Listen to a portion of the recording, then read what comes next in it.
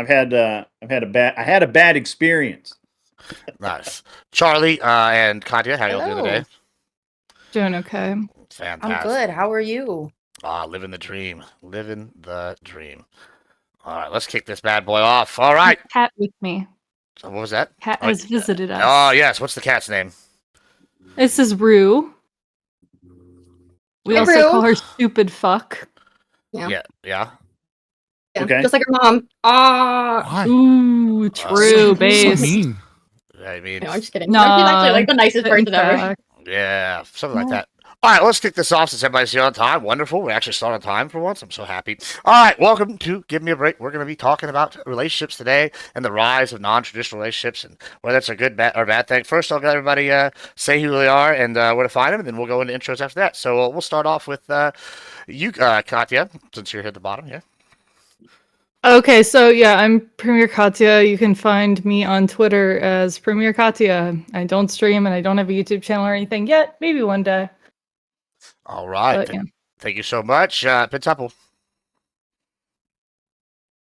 I'm Tuple. I host MAGA headquarters, but I'll be gone for the rest of July after today, so you'll be enjoying Sadie Takeover, which you should come check out. Thank God you have Sadie, because if you didn't, you would have nobody watching you when you came back, because the algorithm hates people for taking breaks. It's a fact. Well, yeah, no, that's true. That is true. Yeah, I mean, you could be like non-fun after, and let JC take over. Just kidding. All right, Kel, what do you do? Good evening. Thank you for having me. My name's Kinetic Kel. You can find me on my channel, Kinetic Kel, or twitch.tv/Kinetic Kel. And what was the other part? Sorry, I was OBSing. That was it. Grid. Yeah, I'm Grid One Motorsports. You can find me at An Unreasonable Man on YouTube, also Twitch and X, but I never go to those places. So mostly YouTube. We're gonna have some fun tonight. Fantastic, Fabian. Yeah, I am Fabian Liberty. You can just call me Scott as well. Doesn't matter. Just Google Fabian Liberty. I'm on YouTube and X, Twitter, Zitter, whatever the fuck they call it these days. And yeah, I'm a libertarian, anarcho-objectivist. And that is, so I mostly just shit on everybody and do some fun reactions and debates and discuss philosophy. So if that feels like your kind of nerdy time, come hang out. Fantastic. Charlie. You're muted. You're muted. I was making sure I didn't do it or something. Thank you. Hi, I'm Enemy Charlie. I'm mostly a streamer on Twitch. I specialize in fantasy literature, but I like to comment on politics, philosophy, etc. Yeah, and thank you for having me here today, Gibbs. I'm glad you're here. In fact, why don't you start us off on the topic today? We're talking about the rise of non-traditional relationships, a good or a bad thing. What do you think, Charlie? Well, I guess we'd have to start by defining traditional relationships. Presumably, when we think of a traditional relationship, we are thinking of a monogamous heterosexual relationship. Presumably, I'm assuming we are thinking like, a marriage, like they don't live together before they get married, etc. Something along those lines, and they have children. And I would say that while I think that those structures are generally pretty ideal for children, doesn't have to be heterosexual. I think a monogamous married relationship, gay or straight, whatever, doesn't matter, is better for when you have kids. I do think that, generally relationship structures form as a result of economic conditions. And so I think, in a world in which it's very difficult to live on your own now, if you are especially living in a big city, I think that non-traditional relationship structures, such as polyamorous relationships, or just monogamous relationships that aren't necessarily like you're getting married and having kids, make a whole lot of sense as far as the way people organize themselves. So, good or bad, I think generally probably good. I think it is good that we can organize ourselves in such a way that, leads to greater financial gains for everyone. Right, thank you so much. It's interesting. I didn't expect finances to come in, but we're starting off strong. Fabian. Yeah, so first and foremost, as a libertarian, I believe that people have, the bodily autonomy and right to engage in whatever type of relationship they want to, as long as they're not hurting anybody. But I do think that non-traditional relationships growing is a cause for concern. And I want to present essentially two arguments here. The first argument being that non-traditional relationships maybe it is correlational, predominantly correlational, but we do know that there is a lot less function to them. They're not happy as well. They're high time preference seeking. There is potential issues with whether or not we're in the gray border area region of like paraphilic disorder, or if we're just in a different type of relationship. It really depends upon the context of the relationship itself and what's going on. A lot of, especially when it comes to child rearing, it may just be the Cinderella effect. It may be a lot of, there's a lot of factors at play here, but we do know that they are overwhelmingly not as successful as monogamous long-term relationships. But again, as others I'm sure will point out, traditional is kind of a bait and switch here, because traditional is going to be somewhat subjective, how far we go back, or is it a harkening back like trad con, which often gets what traditional is wrong, especially when discussing the nuclear family, etc. The second thing that I want to argue is that the reason it is such a cause for concern to see this is because this is what happens when society degenerates into anomie, into normlessness, right? As Durkheim put forward in his functionalist perspective.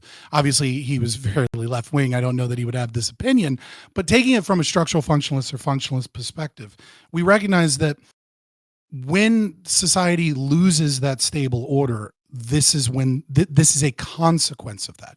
Material conditions are a big portion of that as well, and that is another cause for concern.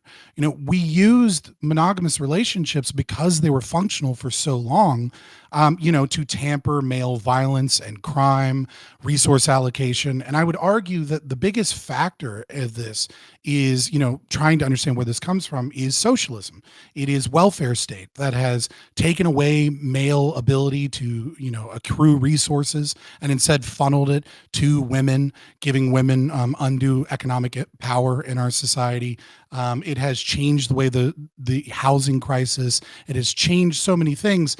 And so because of that, the economic conditions have created these non-traditional relationships. If you look in history or in other tribes, polyamory doesn't exist because society decided that they wanted to engage in free love.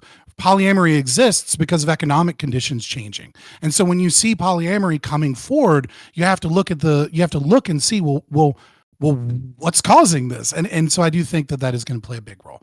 But of course, I yield all of the time that I probably went over.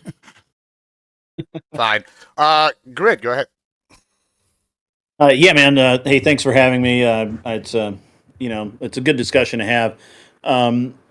So I'm gonna pretty much kind of echo a lot of what Scott said. So I'm just gonna cut my own intro down a little bit. I think if we're going to define a traditional relationship as man, woman, they have child, build family, and all of that in its most simplistic form, I think that is a worthwhile thing. And I think that pretty much anything outside of that, it can be rewarding, but more often than not comes with an entirely different set of problems that most oftentimes are not really perceived to begin with, and it really doesn't, I think, fit the needs of society, nor does it fit the needs of humans as we are. And we can simply look at the massive dissatisfaction from basically starting from millennials forward in the dating market, in the relationship market, the massive amount of divorce that we have now, the massive amount of self deletions over romantic issues, and basically it's kind of this anything goes thing, just really doesn't go, and hookup culture is really, really bad. I know that somebody, I'm not really sure who, but somebody's going to make the three pillars argument of cultural stability, child welfare, and civilization survival. I know that somebody's going to make that argument.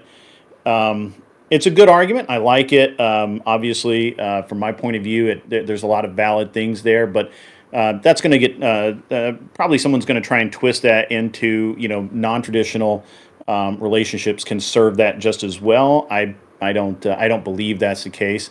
Also, the number of these relationships that fail very early on seems to be a real problem. There's a lot of things to cite here. We could go over the amount of the massive amount of domestic abuse and things like that we find in these non-traditional relationships. But I don't know if we're going to end up having to get there. If we do, that's fine. And I don't look at this from a conservative nor a liberal perspective because, in my opinion, my observation, marriage is something that's so fundamental to humanity that it transcends political agendas and lines, right? Like it just should, right? And this is one of the things that's really annoying about people who politicize everything is they take something that is ingrained in society for millennia, and they take it and they say, well, now we're going to politicize it, and if you're left, you need to be in a poly relationship, or you need to be whatever. But if you're right, you're just going to be straight laced and whatever. So I have a real problem with that. And I mean, there's a lot. And again, I call out the red pill morons all the time for their open relationship nonsense. So and this is going to be a really good discussion. I can't wait to hear some of the other comments and back and forth. So let's get into it. Fantastic. Kel. Also, by the way, Grid came up with a fantastic name for you. Calamity Kel. I like that a lot. Go ahead. Ooh, let's go. Chaos. Crash out, Kel. Let's go. Get them all. No. I feel like it's a vague enough term that I feel like we're going to have a lot. I don't want us to get stuck on like the definition thing because we started off with like, okay, monogamy is like a traditional relationship, but you're saying man on woman. Some people might not consider like gay relationships, you know what I mean, to be traditional.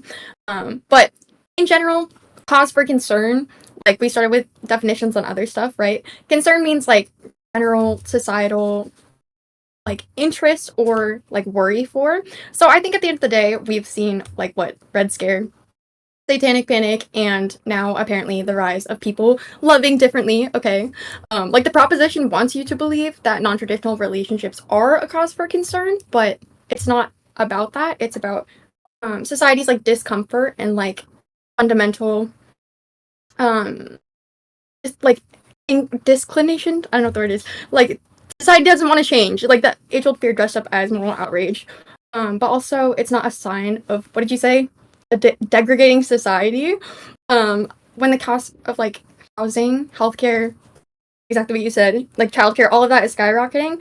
People get creative, cohabiting, co-parenting. Polyamory, it's not a breakdown of society.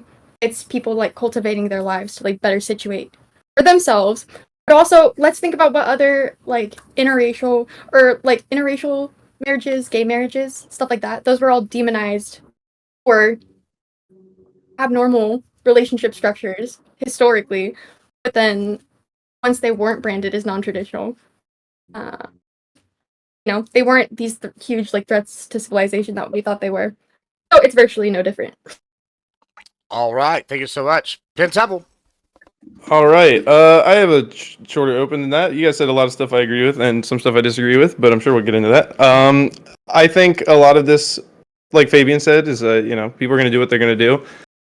So I guess my thoughts around this kind of revolve around what we should encourage as a society, and I think we should encourage traditional relationships. I think the premise of encouraging non-traditional relationships is like to protect the autonomy to have those, but I don't think you necessarily need to encourage people. I think they'll do what they want to do ultimately, and I think that some people probably do get involved in things in non-traditional relationships and then have regrets.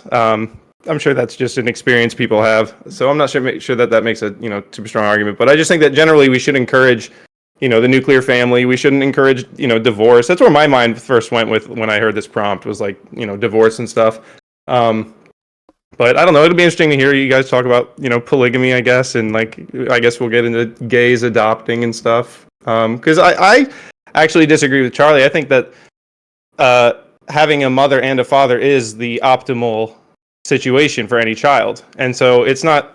I don't think it's this to say that the gays can't provide both sides of that. So I don't think that those are the that those are equivalent. But we can get into that. I just think generally we should encourage people to the safer options. I think a lot of these non-traditional relationships are kind of like speculative benefit. A lot of it's, I don't partake in anything that extra. I'm pretty vanilla myself, so I'll leave it at that. But Thanks for clarifying. we should definitely encourage traditional relationships. So I'll leave it there. All right, last but certainly not least, Ms. Katya. Okay, so basically, bottom line, I am somebody who's a super live and let live person, very like socially libertarian. One thing I will say is obviously like non-traditional relationships are non-traditional. There's like a reason people gravitate towards some things and away from others.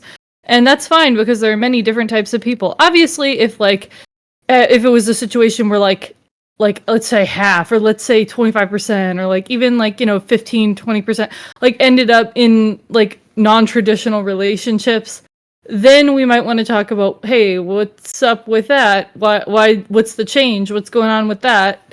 Not even like a cause for, there's necessarily even something wrong, but just like let's do a little checkup because that's a big change. But, for the most part, people are, monogamous. People are, like, for the most part, straight. Most people have kids. Like, I feel like the concern, like, that people have is disproportionate to the amount of these relationships that people actually are having. And I see absolutely nothing wrong with the amount of people who have relationships like that having them now. And I think people should be able to. Because I think that the bigger societal problem is, just a societal authoritarianism is just something I'm particularly against. Now, one thing I'm gonna say in response is like multiple people have brought up like people being polyamorous because of like a lack of funds or something like that. Honestly, for the most part, that's not the case. Like people aren't just like moving in with a bunch of people for that. Like people end up just having roommates and then like not involving it in relationships, or they're just polyamorous aside from that. Generally, like people joke about it, but people aren't really becoming polyamorous for the sake of affording your apartment. Look at Katya stealing my thunder. I've heard some anecdotal stories that would blow your mind. Let her finish. Well, you've all heard anecdotal Sorry. stories that'll blow our mind, honestly. I'm Who just saying. hasn't? They add up. Yeah. They add up. Those anecdotes. Well, let her finish. I Let her think finish. that- Hold on. Let her finish. We're still opening. Go ahead, Katya. And lastly, but not leastly, actually, most importantly, I'm going to say is that if we're talking about relationships that don't last as long, if we're talking about, less positive relationships that occur now, I don't think that's really at all due to there being more non-traditional relationships. I think that's due to kind of the lack of like social cohesion and lack of, socialization that's going on nowadays. I'd say a lot of it's because of the internet, because a lot of in-person spaces are gone bye-bye. Like a lot of the places that people would meet others that they have in common with, like, are just gone away. People are on dating apps, which are notoriously bad. A, because of ratios of men and women, but B, because people get to be overly granular on there versus meeting somebody in person and seeing how they act. Because definitely in those cases, you'll have a lot of relationships that if they were to form online, they just wouldn't happen. So I'm going to stop yapping and yep. Okay. All right, so yeah, I'm gonna turn it loose on y'all, but I do want to like maybe start with one portion of this because I didn't expect it to go this way. But I think it's interesting, so let's examine it. Several of y'all brought up the financial aspect of this. Do we think that do a majority of us here think that the rise of non-traditional relationships is I mean, obviously it's not the only reason, but it is a major reason because of the finances. How many here think that? Do we all think that? Like Yeah. So I I'm okay. gonna be go very ahead. objective right now. I'm that's all. open-minded. Yeah, whoever wants to start, just a second, and then Could we'll I get to- could I Yeah, actually so- just jump in real Yeah, quick? go ahead, Charlie. We'll go Charlie, then we'll go Fabian. There you go. I do believe, and you guys can correct me if I'm wrong, but I do believe that the our sort of idea of like the modern nuclear family in the sense where it's a mother and a father and 2.4 kids. I do believe that that was a consequence of like Henry Ford trying to incentivize people to get married so that his workers would be more likely to wake up on time in the morning. That never happened before Ford. No, I mean it did. But in essence, it was like less of like a, I think, extremely common thing. I think for the upper classes, yes, but for the lower classes, I think that Wait, the sort of what? modern nuclear family, and I'm thinking apologies, like without sort of like intergenerational like household living, and people kind of helping you take care of each other's kids. What I'm thinking of is like the 50s sectioned off sort of. So I think what you were talking about, and while I would disagree with your aspect that it was like Henry Ford doing this, right? There is a misnomer of the nuclear Henry family Ford. as the traditional family, whereas the nuclear family is more of a consequence of industrialization, because you want to move a lot of people into a small area where jobs are, whereas the historically traditional family is the extended family, where women have roles in society such as like working for medicine, or they work communally together in several household tasks. Men are working communally. Your grandmother's around. You have a mother-in-law suite. We have like the nuclear family is kind of the smallest semi-functional traditional family, if you will, and it's become only traditional because it's been around for 70 years in American history. I wouldn't presuppose that it was Henry Ford really pushing it, but Oh yeah, I don't think it was only Henry Ford. It's just that he did incentivize workers, and I do think that he was potentially. I mean, just he didn't want men like leaving the village, right? He wanted to bring a family around because it was precisely. Just to clarify, Fabian, when you're talking about that's the smallest and it's kind of a new, you're talking about similar to like how the Hispanic culture is, where you'll have like grandma living at the house or grandparents living at home with the family, and they're there to raise the kids while people are. I would say that a traditional family is a large extended family of close networks and ties, where a man and a woman are in a monogamous relationship and have children, and they're communally within their family structure raising those children. And every derivation from that, especially when discussing raising children, is going to be less traditional and by virtue likely less functional. To answer your question about finances and polyamory, I am not making the claim that by and large, this small section of polyamorous people are doing so that. I'm sorry, what? You'd be shocked. Shocked about what? What are you talking about? For the finances? Yeah, I think that's a stronger angle than people realize, bro. Polyamory for I'm not sure reasons. Wait, what? I need okay, to. So I'm just going to continue. Go ahead. I didn't mean to interject. No, it's Are we talking like I was Adam just trying to figure out what your interjection was about. So what I would say is it's less so much that I'm saying that like these people are coming together so that three people can pay the rent. What my claim is more fundamental than that. That when you have a large welfare state that is redistributing resources, and when this comes at a cost, and the cost is resource accumulation from young men. Young men traditionally there's a lot less entrepreneurship. The labor participation rate has drastically dropped. The percentage of people that are dropped out of employment in general, but each generation has gone down. And so what I'm talking about is that when you don't have that, I guess Hayek kind of put it best in chapter 4 of Road to Serfdom, which is, centralized authority destroys spontaneous order. And so instead of the male being able to go out and family plan, find a wife, get involved with the community, start a business, grow their wealth because there's a need for it, that need has been taken over, and it's a valueless need.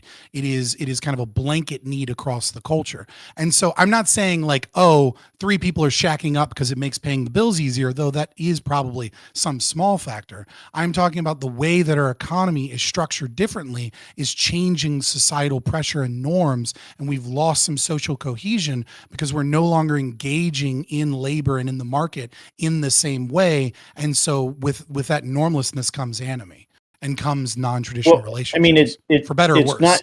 It's not just a lack of resources or money or whatever. It's also the culture in and of itself has shifted to where, for example, in a lot of places that I've been and lived, it really is,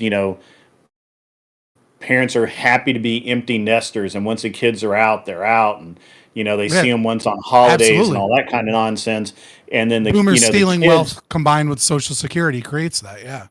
Yeah, and then you have the kids who go out and maybe they get a relationship, maybe they don't, then they get divorced, and they have now you've got blended families and mixed up situations, but none of it's this extended family like what Scott's talking about. I currently, for example, my own situation is my wife and I obviously live together with our kids, but her parents had come to stay for extended periods of time. This time they've been here for 5 years. They just live in my guest room, and my mom is half hour 45 minutes away, and my brother's 20 minutes away. And I have a friend of mine that I've known since childhood, that when my kid was sick, I called him up and said, hey man, I need you to pick my other son up and take him home because we're not going to be here. We've got to take my other son to the hospital. And when we have that support network, and all of these non-traditional, if you want to call them that, none of these non-traditional relationships foster that. Now, it may accidentally happen where you have such an extended network, but it's not designed to do that, nor is it will ever be able to, because of the inadequate, the lack of commitment in those relationships. There's no reason to be committed, and there's no sense of family. There's no sense of value. There's no sense of worth, and it's really easy to see that that we can just track that. Cal, I you were. would disagree with that, Fabian? actually. Go ahead, I Charlie. would disagree. We'll go to Charlie. We'll go to you, Cal. Because I know Cal wanted to expand on the financial thing. But Or go ahead, Charlie. Take your time. Yeah. Then And then I you two, typically Katya, sorry.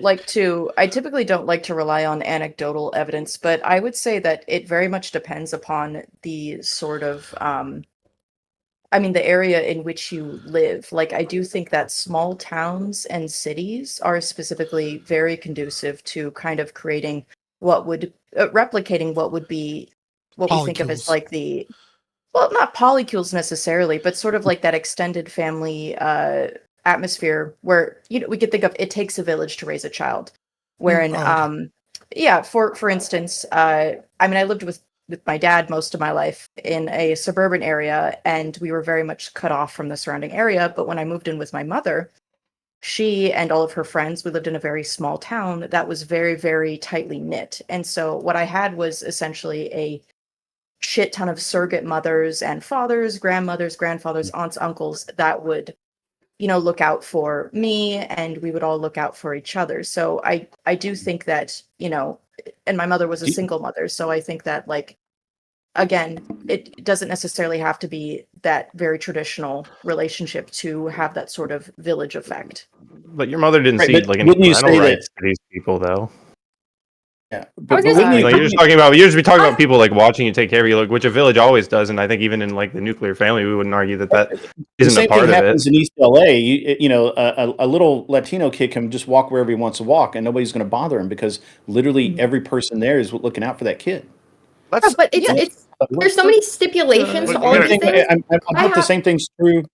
Go ahead. I'm sorry. Yeah, we'll go to Cal, then we'll go to Katya. Go ahead, Cal. No. All I'm saying is, like, literally, all of these things we're assuming that because it's a traditional family unit that there is going to be like the stability that you guys are looking for. As someone whose Correct, parents yes. divorced when I was 20 and turned out terrible and should have divorced a long ass time ago, okay?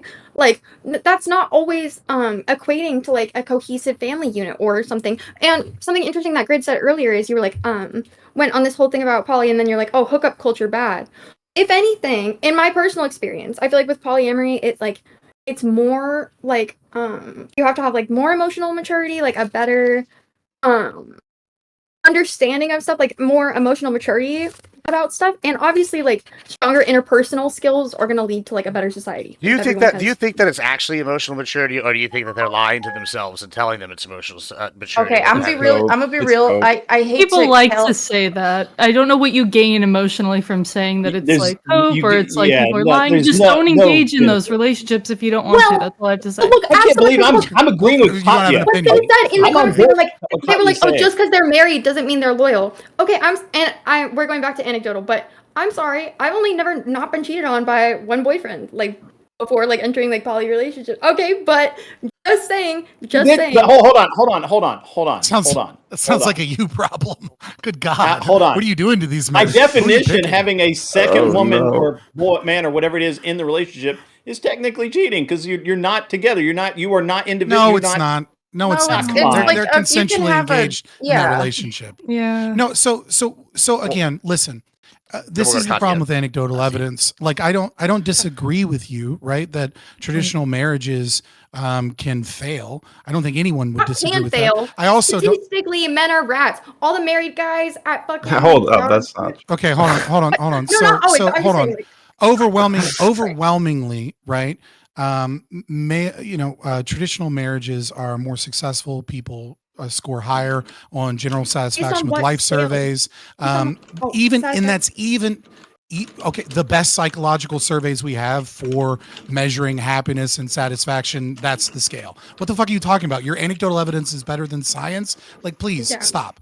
What I'm saying, Yes. but The like, results from the listen, academy even with serial monogamists, the divorce rates are still better in traditional marriages. And serial monogamy is kind of a problem that has boosted up divorce rates because, of religious people thinking that they can't have sex with someone unless they're married, so they end up in 4 or 5 marriages. Like there obviously there's complexity to these relationships. But if we're talking about the reason you said I don't see where you're getting this stability from. That's why I brought up Durkheim. That's why I brought up the functionalist lens of sociology, is that when an institution lasts hundreds or even thousands of years, we ought assume that institution forms or has some value in society. There's a reason it's maintained. And you have to be very careful when you throw away traditions or things that are socialized, that you don't throw away the baby, the baby with the bathwater. That doesn't mean that everything about it is perfect. That doesn't mean that there aren't problematic things or that there aren't other alternatives.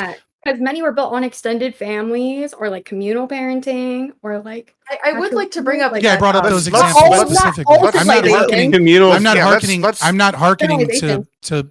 I'm not Yeah, hearkening okay. to the nuclear family. Let's Like your Yeah. critique is irrelevant. I'm gonna go to Katya. She's been trying to get in, and then we'll go back to you, Charlie. Go ahead, Katya. What you got here for us? All right, so what I got is for Fabian. I just had a question about when you were talking about, economic conditions and gentlemen being able to be entrepreneurial and this, that, and the third, and then you talked about industrialism. My main question is, do you think any of this could be due to the changes in the workplace? Because if you look to kind of, Absolutely, let's say, yeah. 100 years ago, how people worked was a lot more balkanized and a lot more conducive to people learning skills and then going off and doing their own business and then having their own business. But the amount of monopolies that exist at the moment creates situations where you're literally just working for somebody else for your entire working experience. And because of that, you don't have as much time or as much ability to be entrepreneurial. So I feel like a lot of that's also just due to, where we've gotten with the lack of competition and the number of gigantic companies that we're working with nowadays compared to 100 years ago. I would absolutely say that state regulation and and welfare and things of that nature have created additional monopolies and reduced capitalism and reduced I would wrap that up into the same situation. I would say that the state is the one that creates monopolies, and regulations are the overwhelmingly benefit large corporations. And so some of that industrial spirit is kind of gone from people, but predominantly, right? I don't want to do univariate analysis, but I would say predominantly when you have somewhere of close to 74% of the entire federal taxes being spent on some form of welfare or to pay off the debt. And when you have upwards of over 50% of all the wealth earned in this country being taxed either through inflation or property tax or income tax or export-import tax, et cetera, that this really this destroys the young male capacity for resource accumulation and changes the gender dynamic and changes relationships in culture and society. And I would say that those incentives are more important than culture, because I think culture is kind of downstream from that. All right, Yeah, I think that I'm when we're talking Katya's about the by the way, gender. Go ahead, Sorry, Katya. sorry. Women equality is not degradation of hold on. society. Katya, respond real quick, and then we'll go to Charlie. Go ahead. That's not equality. Right. I'm gonna agree with Kel Sorry, here, Vince. and I'm gonna say that in a way I feel like we can address these issues. See, the thing is, I'll disagree with you on that it was entirely regulation, or the fact that there's social security or welfare. Yeah, I think technology plays a lot into it. I think literally to the opposite. Yeah. Insinuation of what you said. I'm sorry. Yeah, just kind of the evolution thing. I feel like this is something like I would honestly like love to have a chat with you about like at a different time, just because like I find it a very interesting subject. But I digress, and I say that like, you know, I think that like we can discuss that and then discuss like the whole like gender, you know, situation, or, you know, women versus men situation a bit separately, because I mean like the entrepreneurial spirit, like back, like people like to act like women didn't work and there weren't businesses owned by women back, you know, when in the time that we're talking about as well. They were different sectors, obviously, like it was a bit like it was like more segregated, but women absolutely did work and did own businesses at the Yeah, I time agree. even. So yeah, It was good. Let's go to I'm Charlie. not saying everyone should be in I'll take- that marriage, right? They need I'll liberty take for women business owners spontaneous good. order. Charlie, go Yes, ahead. absolutely, of course. I think Statistically, I've kind of lost the thread here, but I was going to comment on what Fabian said about this being like a, you know, don't throw the baby out with the bathwater. If such a structure has existed for such a long time, surely it must benefit society. I would argue that marriage in of itself, and I don't think Grit is going to like this. I think that it is primarily a economic and legal structure, and I think it always has been. And monogamous marriages became more common when we Yeah, I agree. stopped being hunter-gatherers and we started becoming farmers. And it's sort of the you know, passing off the you know, father passing the property of the daughter off to a husband. And so again, I don't even know where I was going with this. I got distracted. Yeah, by I mean, your- I can expound upon what you're saying, You got it. which Traditional is that, structures. like, You got this. How it's been like ingrained. well, I can expound upon what you're saying. Like, I don't disagree with you that marriage in culture is deeply influenced by economics, right? Like, you know, you have polyamorous societies where the women have multiple husbands, right? In certain areas, and that's because of land rights issues, where they're, you know, they're living in very limited places, so they don't want, you know, wars and blood feuds. So their relationships. What I'm saying is that when an institution or a tradition exists and it survives for a long time, it serves some function. That doesn't mean that function is necessarily even good, right? Like you could call, let's say, certain religious functions as, you know, maintaining order by, you know, controlling the population, but it serves some function.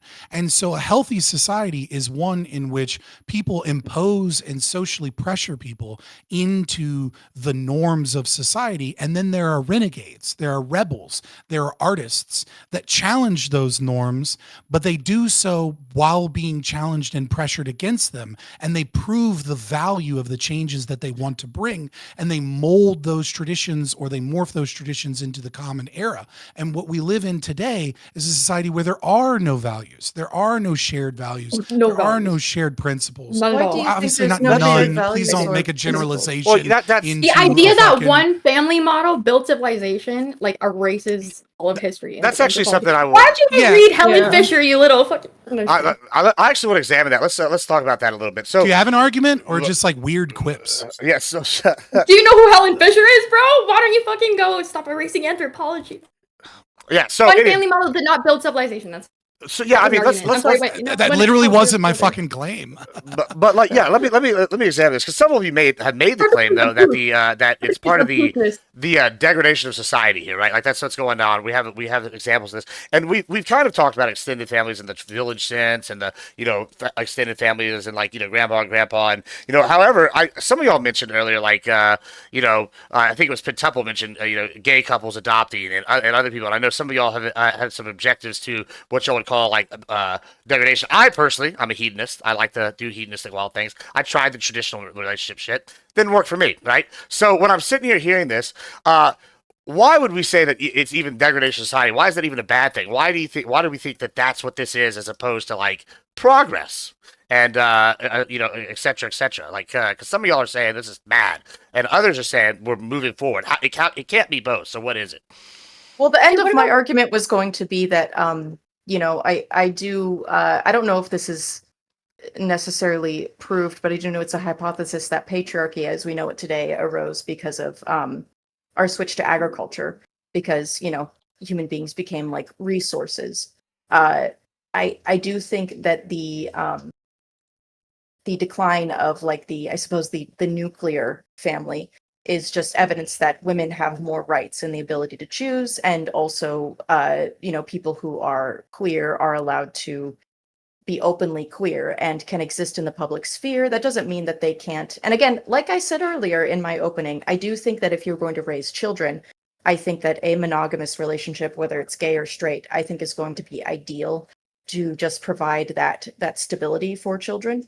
But again, I think it is a positive thing, unless, however, it is people are avoiding traditional relationships because of economic factors, which I do think it does play a part in that. I think that there are people who do want to get married and have children, but literally cannot afford it. That is a problem. That's when it becomes not a matter of, personal liberty. Okay, I've got to take you to task on this, Charlie. Okay. Literally, getting married helps people financially in most cases. So please explain to me why it would be more Until you get financially divorced. reasonable.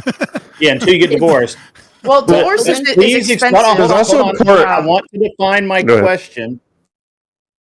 Please explain to me how marriage is detrimental financially to a couple.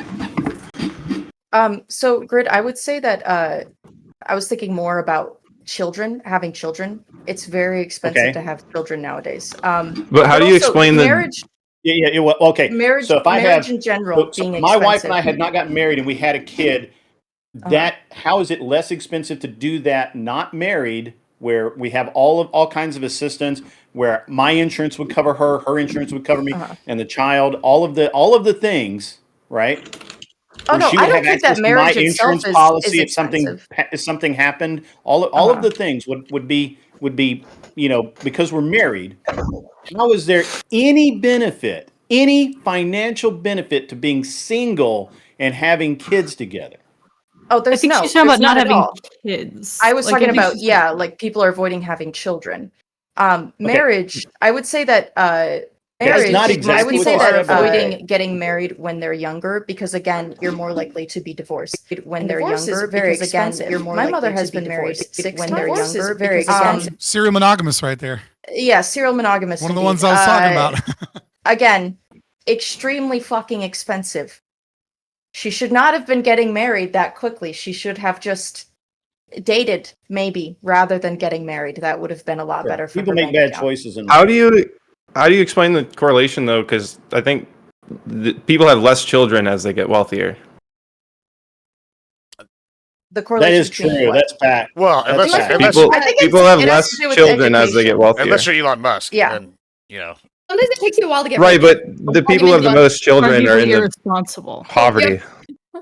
Really past that age I of think having that kids. By the time you having get rich, children is, I'm agreeing with Katya that having children when you are not financially ready is kind of irresponsible. And so I do feel that people who are I'll agree more with that. educated and have higher, want their children to achieve more. Like, I'm not going to have children if I cannot provide for them an extremely good lifestyle well, where they can get You or you educated. and your just to husband. push back against that real quick, because there Or is baby there, boom. there whoever I end up with, I don't know. just to push back against what y'all said though, right? There's also a poverty reason to have a lot of kids, and what happens in my There is. experience is that they have 10 kids, right? And then one of them, the goal is one of them will make it, and then they can help take care of the family, right? Like and do whatever, and that's a big thing. It's like a law of numbers. If I have 10 of them, one of them's got to not be a fuck up. So I think there is a financial reason to have a lot of kids. Like, I mean, Well, there's you a know, separate one, right? Which is why I think many of these issues stem from welfare, right? Is that, as you finance through taxation and theft of people's livelihood, me just single pop it out real quick. motherhood, I'm on and shit. make some the welfare. claim that children have to be. Are you okay?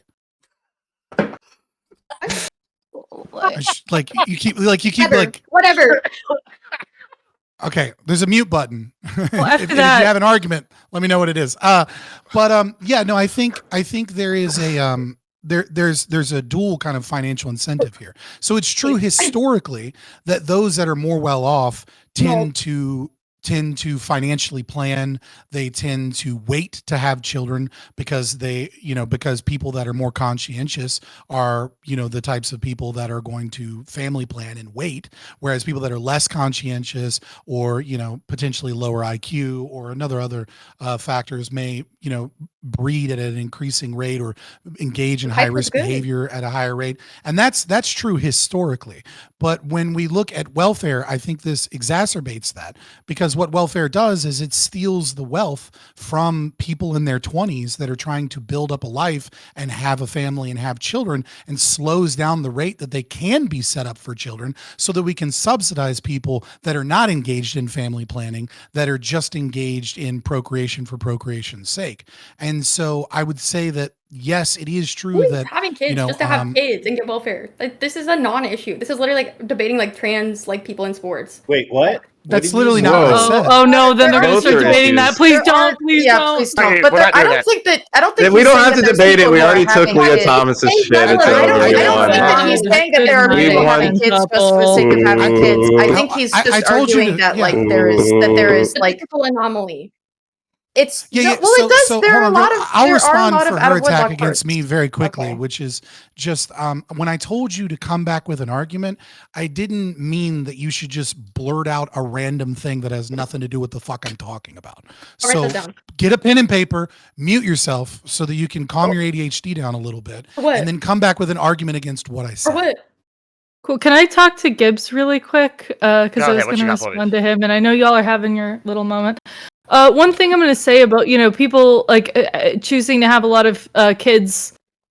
Like, we talk about, a situation where it makes sense and then a situation where it does not. Like, if somebody, like what you're talking about, people who have a bunch of kids, if they have a family business where, kids grow up working on it and assisting, or they're like farming or whatever, like was in the past, Mhm.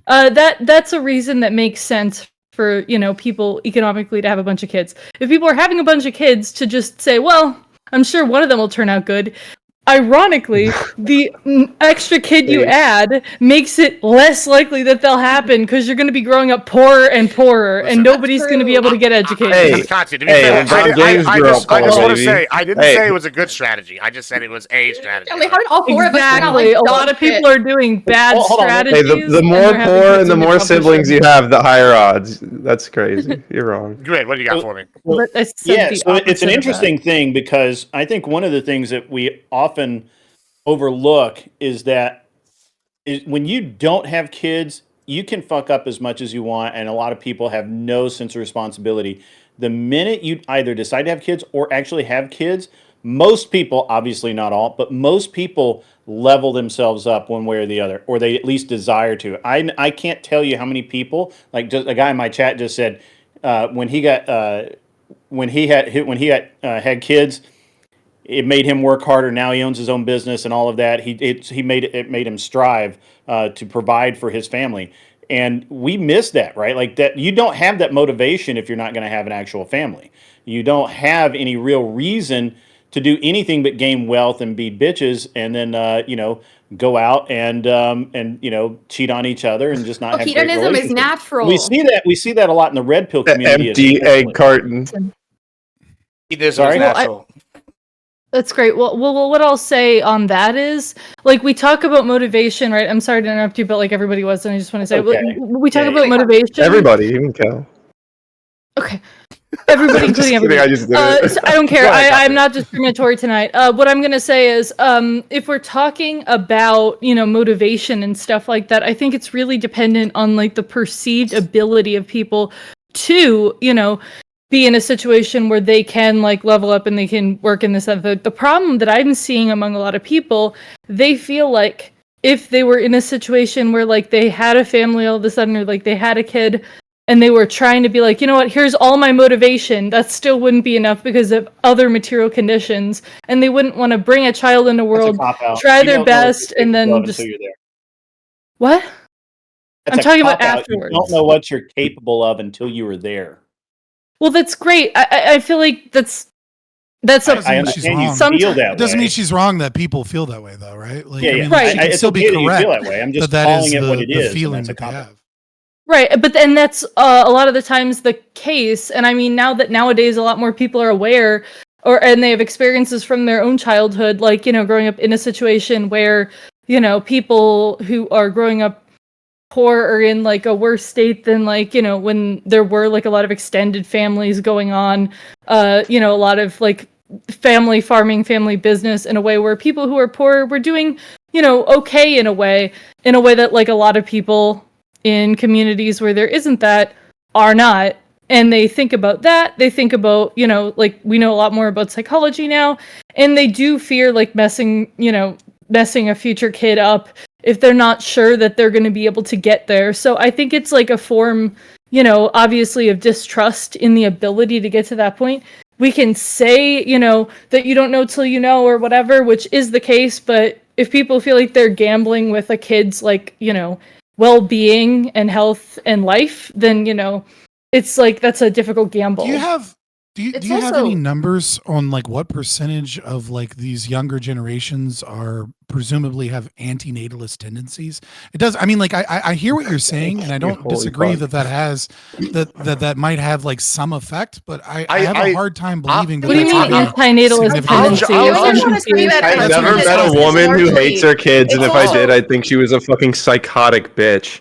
That's great. What? So Hold I'm on, let me get a little asking order Fabian a here. question. Let me get a little order here. Go ahead.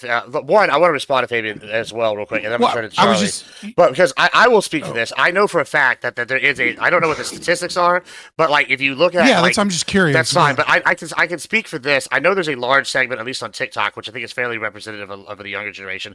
There's a large group of people on there that like does not want kids, right? And I'll give you an anecdotal example. I know a guy. On TikTok, that's yeah. that's a horrible anecdotal example. Well, There's hold on, some it's that not- are- Oh, if I had a kid, I would Hold on, hold on. literally There's- be there's- Casey Anthony. Well, hold Oh, on. I There's- shouldn't have a well, no, child. There's a large group of people on there that really take this seriously. I'll give you an example. I have a friend. He's like got 3 point something million on TikTok, right? And he like preaches every day about how he doesn't want to date anymore, how he doesn't want kids. He's like, relationships are done. I think I'm going to become a monk. And like he's got a large following of people that are like repeating this. And I think that I can't speak for the statistics, but I think there's a large portion of the younger generation that is getting to this point where they're like, why bring anybody into the world? It's a problem. But let me go to Charlie here, and I'll let you respond, then we'll go to Charlie. Okay.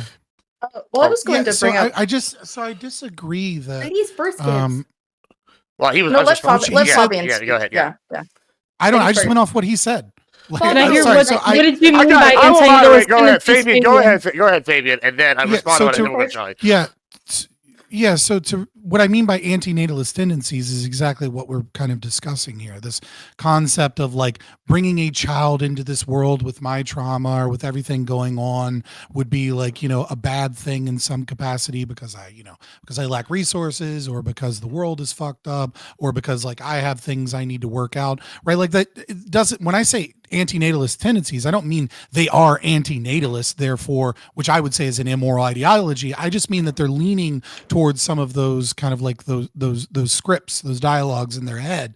And I'll be curious if there's any research on that. And when we talk about anecdotes, like you were bringing up TikTok and things like that, I find, look, anecdotes are cool. I think they're great for discussing mechanisms, right? Because you can see the mechanism played out and see how it impacts in the real world. But when we're talking about percentages, like they're very, very meaningless. Like one of the things that I notice constantly when we talk about gender, especially like a lot of red pill people, is they'll talk about, body counts and the way that, modern women are having an insane amount of sex, right? Because like you can go to like Jerry Springer in the 1990s, right? There was like a woman on there in like 92 that was like comically had sex with so many people, it was ridiculous. And it was like Bonnie she had Blue. sex with she had sex with 13 But those people. are like outliers. It Men was so still have like a higher number, right, though, right? well, hold on. on. But that's exactly what I mean. That's exactly what I mean is that like you can look at research in California, for example, that shows that in recent years, a significant minority, like something to 30 to 40% of young Gen Z women have checked out of the dating market and are having far less sex than Gen X or millennials. And so it's like we have this recency bias and the social media bias and this if it bleeds, it leads thing where we tend to see that like, the big body count hoe. And it's like, meanwhile, there's a whole bunch of Gen Z girls that are like, I'm disgusted with this. Every time I get on a dating app, it's horrible. And then a dude immediately DMs me some crazy red pill shit and I delete the app again. Like I'm done. And so like, I'm curious how much of that perspective, Katya, is actually representative of the younger generation or how much of that is just like showing up in social media and isn't actually like a causal factor to be discussed here. Charlie. Yeah, Charlie, I'd go love ahead, to Charlie. see more. I'd love to see research on that a bit more because I have seen studies in the past, and it is true that Gen Z is having less sex and less relationships in general, right? In comparison to these previous generations. Same thing with drinking less alcohol, not smoking, this, that, and the third, which people are like, okay, great, they're not doing these, generally thought of as not great activities, but then when you think about it, a lot of it's because they're not socializing, which a lot of it's because a lot of stuff has just moved online. There aren't as many in-person places to meet people. Talking to people in public is considered really weird. It's like you meet somebody on a dating app, but and you meet friends at work, but if you only work with people who are super, super old, or you work in an environment where you don't get along with that many people, or you don't have that many people you work with, or you're at home, it's incredibly hard to. Why are you lying people. to your chat? Why are you lying to your chat? I never gave you dating advice to join a D&D You group. did. Don't give me that bullshit. You did do that on Don't, Prime. oh, you fucking lie. No, I said do a thing that you enjoy to do, that you share values I feel like with it's other people. lost. D&D Speaking was the of- example. Speaking of I D&D, tell you to do it. Speaking of Yeah. D&D, I do feel like I do feel like You're lying to people. ironically, I feel like yes. Okay, I don't have any stats on this, but That's fine. to be fair, I'm not going to I stat LARP. check you, I promise. I Yeah. LARP. I'm a LARPer. Ooh. And I will say that I think young queer people and I think young nerds that participate in real life nerd activities are frankly getting a lot more lucky than their Probably peers true. who That's- are losing their true. kind of third spaces, because I do think that is an issue. I don't think that there are a lot of third spaces anymore for young heterosexuals that don't have No. I want to examine non-dork that. interests. The Renaissance fairs are getting freaky, boys. Well, is that's what what I'm saying. They're so hold on. freaky. Yeah, That is actually, true. that was actually what I was going to tell That y'all. is true. Well, that's what I wanted to Yeah. say. Is if you Yeah. go to Texas Renaissance Festival, the biggest one in the world, right? They have the area by the bonfire, and then you go away King from George? Is that King George? Yeah, King George. Yeah, if you go, let me know. I go there every year. But if you go away from the light, it just turns into orgy fest. you do. It's they'll be they got people on crosses and shit. It's wild. But yeah, so I think Charlie's absolutely right. In some of these groups, they having more fun because they I think they take themselves less seriously. And they're able, and I think that helps in the dating pool because you can be like, hey, I don't mind dressing up like an elf and then flirting with you, and people are like, yeah, I'm into that. They're already in this debate right now. Well, we're gonna go to Grid, and then I want to refocus it on something else. So go ahead, Grid. Yeah. I kind of want to. So that, you are right. I think it is harder for people in in the modern world to meet. I mean, my son is young and he's starting to think about dating, and I think my wife is actually seriously. She literally just said this yesterday. She's going to arrange his marriage, 100%. And I was like, "You're kidding me!" And I'm like, "She's like, no, 100%." More successful and happier usually. Yeah, more successful. They're happier. Arranged Everybody marriages? will be wonderful. Yeah, Huh? it's the highest satisfaction and success Highest. rate. The are arranged highest. marriage. The I feel least like a lot number of that of is divorces. because of the societal situation as well as stigma around saying you're not satisfied that's in my your relationship argument. in society's Well, that's that is the my- least libertarian argument I've ever heard in my life. Holy crap. no, it's not. You don't know what libertarianism is if you No, think it's not. social pressure isn't a part of, No, it's of not. Romance libertarianism. movies have fucked us up. well, We no, think 'cause marriage usually is what a we're lucky talking about- guess. You scratch Right. off, maybe you got the right number. Marriage is a project. Why isn't arranged marriage not feasibly happy? It's a project that you are engaged in with someone. It's not that wasn't the one. What are the odds that the one you got arranged with was I'm the not one? saying Movies it's have not fucked right. people up. But that's great. Dude. I'm not saying that necessarily You don't say it's a social pressure. romanticist period I'm saying in literature more than movies, social but yeah. pressure. Oh my God. Usually I- societies I- that I- My wife talking is over people and then you talking talk over usually people. No societies kidding. that do. Go ahead. My wife has talked about, no kidding, We'll go a to Cal. reverse passport, bro. She's literally going to find a good family in China, meet the family, meet the daughter, and bring her over to the U.S. Have them meet, and she's got a whole plan on this. It's a reverse passport, bro, situation here. His Gotta wife be is based. Chinese, for the record, for those Back people. to the who shop answer. My wife at is those Chinese, places. yes. What are we debating Yeah, here. no, Look at it. I'm imagining a world in which she wasn't, and she just picked China out of a hat. And for a second, I was very confused. I was like, let Okay, me that add makes this because he sense. I was forgot like, to add what? it. Like, this I is made an some important assumptions. I'm detail. sorry. I made some I was assumptions. like, It is an I was like, important this is detail. important.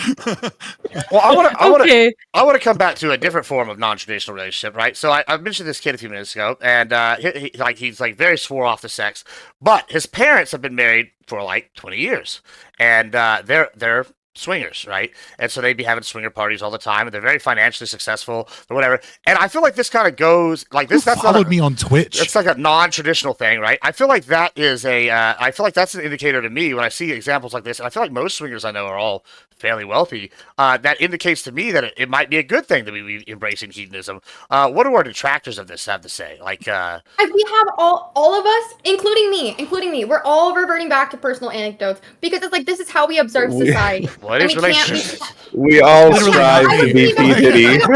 I got dumped by my polycule yesterday. Okay, so I was ready to come on and Wait, argue. what? And, yeah. Oh no! Oh no! Yeah. That's rough. So okay. Well, I kind of, you know what? I'm going to be honest They with you. all Cal. I'm dumped gonna you. They all dumped you.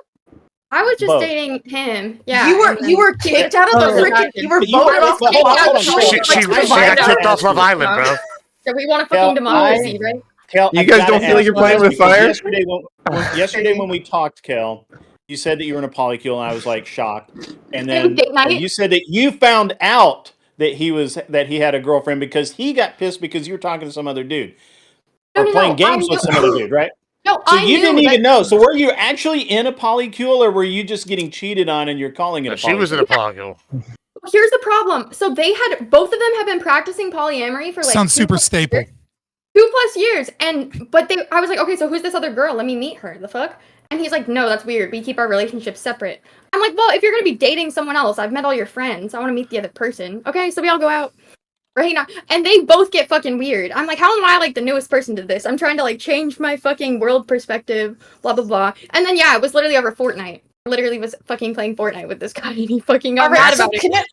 Kel, I feel like that is not really like that. Doesn't really sound like. It helps Now, argument. mind you, I'm someone that has been in polyamorous relationships, but I've sworn them off because I think they're a nightmare, and I can't handle them. I want to say, Kel, I do think that is like that doesn't sound like a healthy polyamorous like relationship in which everyone is communicating. That kind of That's sounds what like I maybe said. there was like. Contradiction. Well, that's why it Like, ended, right? No, Well, I've well, been- polyamory. I don't- He lives in his hearse. I by don't the want. way. I don't want to like rat you out or anything. He but lives in a hearse. privately. I think this would be problem if economic it was thing that you have. monogamous. I think we would still have this problem. I think that there is a Have his an baby. issue here, disconnect, Have his irregardless, baby. right?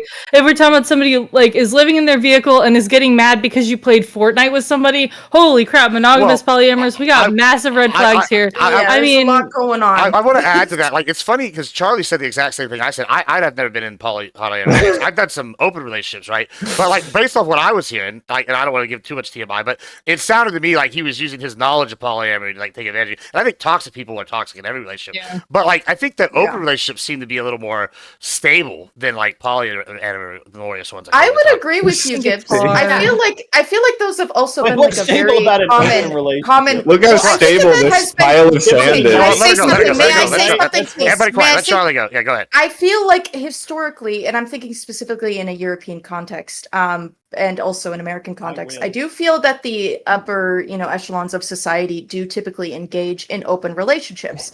And it's more common when you have the wealth, kids are out of the house. I do think it is more common for people to essentially engage in swinging, to have lovers on the side. There are many cultures where this is the norm for the wealthy.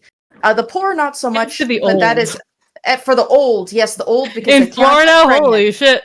I know. Oh Yeah, my god. I've heard But that it's so common, that's retirees why- are quite the swingers. Well, But that's what I'm saying is even in the most traditional relationships, there's like all of these avenues for it to be non-traditional. So that's what I'm saying is it's Well- a stupid label and everyone is a so little... to add to what Charlie said before, Grid and Pentuple like freak out about it. The reason why I say that No, is I'm not because freaking out. in my experience in open relationships is like you have clearly well-defined boundaries and you wouldn't even enter it unless you trusted them, or on this flip side, they're toxic and one person's taking advantage of the other. There's like knowing they're gonna lie down, and then those are doomed to fail. But like for the ones that work, there's usually a trust-based thing, or they like move past the sex-based and they're like, well, we want to have sex with other people, but we still want to be married because you're my partner. Go ahead. All right. Yeah, So I just think it's crazy. before I was Oh, man. married, I spent 10 years as a complete degenerate. I Oh wouldn't say that I yeah. had an open relationship because I didn't know what those were, but I did not date to be in a relationship. You if cheated. that makes It's fine. If we all have the same experience. There's no original. So here, so Well, but when I haven't decided cheated on that anyone. You're when I projecting finally that shit decided onto that I me. wasn't going to do that, I got married. I got married, and I've been married 20 years. So it's just one of those things. I think I kind of grew out of it. I can't even conceive of that of doing an open thing with my wife now. That would never. I would no. You wouldn't Adam 22? You wouldn't. What if it was Jason Love and 100 That's some grand? low T shit right there. That is low T. Like you need to get your levels checked. How much money? Hey, everyone has a price. 2 mil. Everybody adds extra stuff into this 3 mil and a conversation. P Diddy party invite. That's great. So we're in like a lot of places right now. We get like low T, we got no money, we got too much money. Like a lot of these explanations are literally everywhere on the board. And it's like it's difficult because a lot of the situations that we can talk about and a lot of the anecdotes, the problem with like what a lot of people say about like let's say polyamory is like, if something's going on in a polyamorous relationship and it goes bad, everybody's like, oh, it's because it's polyamorous. When I can name like 50 red flags in so many of these relationships that it's like even if other people weren't there, holy crap, what are you people doing? It's just like every relationship I hear about nowadays is like a hot mess and I'm scared, which is why, despite, me technically being in a technically, if possible, polyamorous relationship I've been in them in the past, and I'm not as of late because I hate people.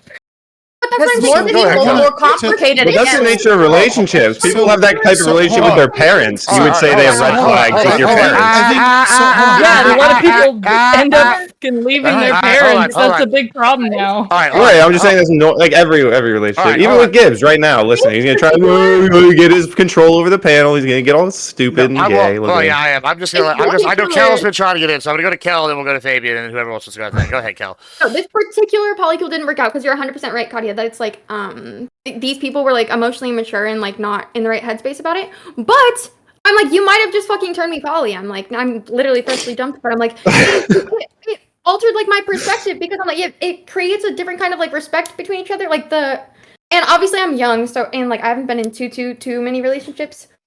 I'm like a lot of twos. just like the desire to, I don't know, like who are you out? Where are you with? If you know that like anything's on the table, but like they still choose to be with you, it is like a different kind of respect and functionality and independence that I haven't found in other relationships.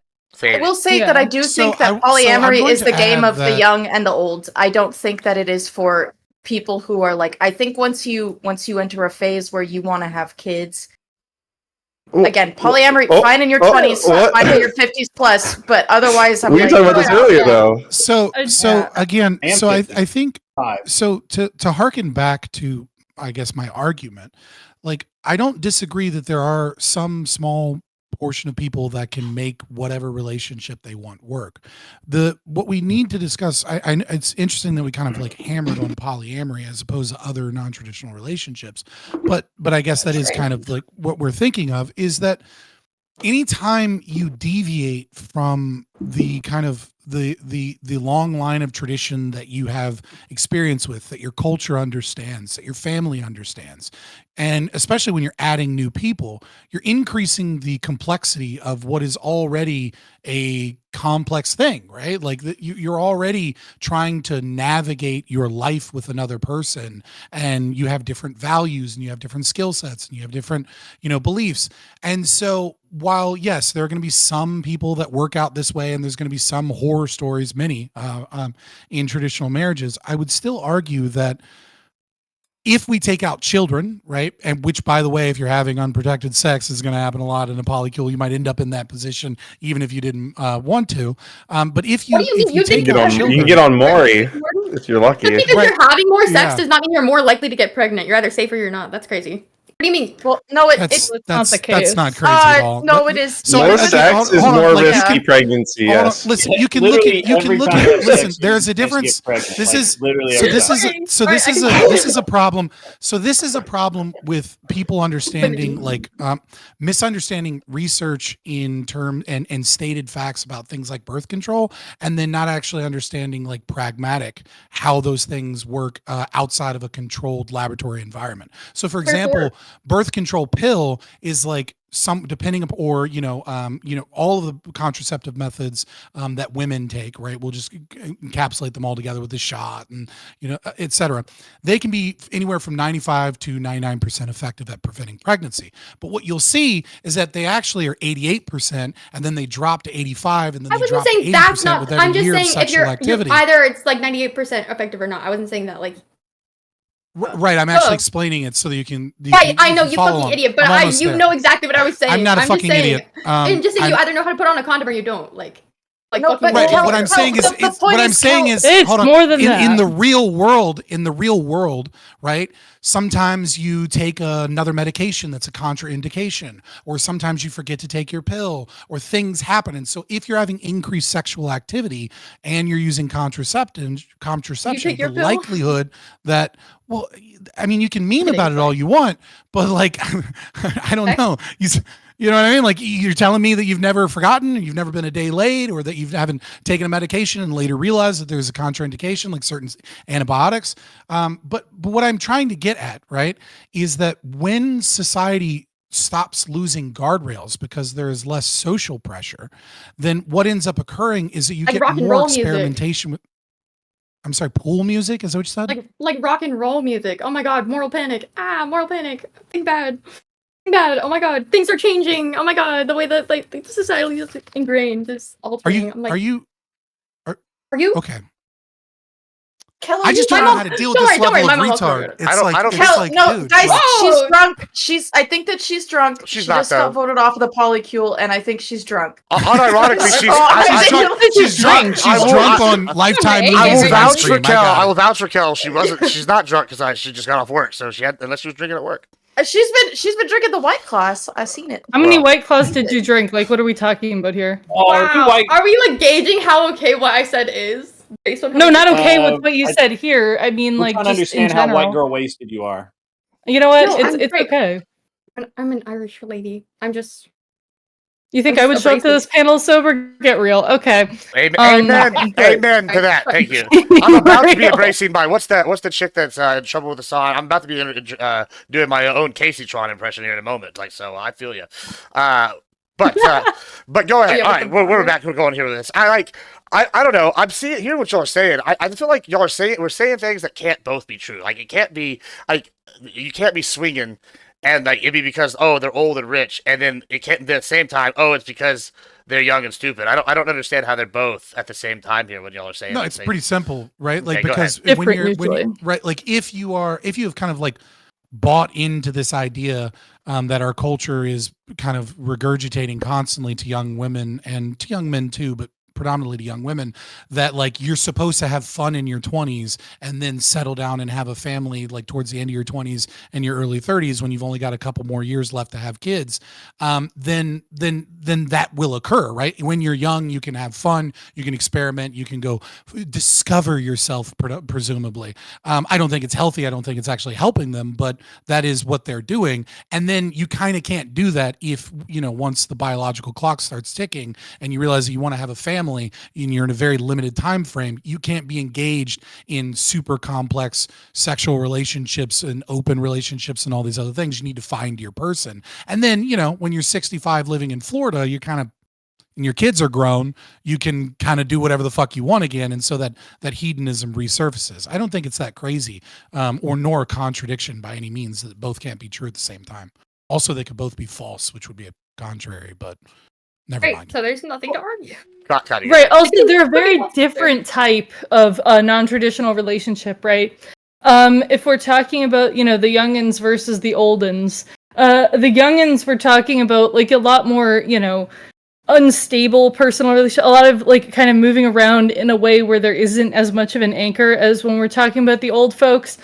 because a lot of the times, like non-traditional relationships involving like the old folks, like they've been married for 50 gajillion years, and they've completely, they unlearned, jealousy. They don't give a fuck about that no more.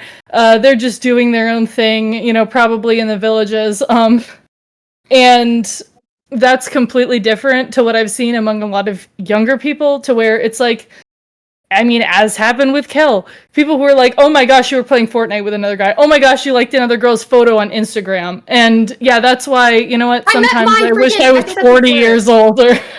Because holy shit. Can I propose something actually kind of in this vein? Do you guys feel like potentially the, when I'm saying nuclear traditional family, what I mean is, again, that kind of 7-year-old concept in which it is like mother, father, 2.4 kids, not living with extended family. I feel like that is in its death throes. I feel like we have to, and oh gosh, I don't know how to bring this up without sounding strange. So, Gibbs, you mentioned that. Well, what do you think that's based on?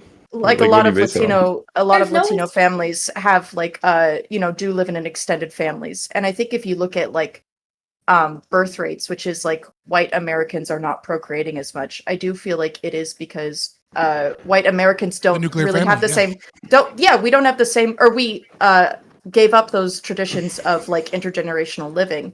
And I do feel like I feel like we gotta distinguish between like raising with an extended family though, and like situations where the parents would cede their parental rights to this group. But like, you can be raised by your extended family. Your parents still ultimately have those parental rights and that say over that child. I don't think that it's not part of the nuclear family. I'm saying I don't think you're like you don't have a nuclear family because your grandpa lives with you. I don't understand that. That's not untraditional family either. Discussing, right? Is like, so if you look at blue spheres, if you look at blue spheres in America, right? And so blue spheres is like a nutritional term for areas where like people are happiest and healthiest. And what you will find is that, and when you're looking at birth rates, like what you're going to find is exactly what you described, is that the intergenerational families, as opposed to mom, dad, 2.4 kids in an apartment building in the city because they both work in the city, where you're going to find high birth rates is the poor, right? And I would attribute some of this to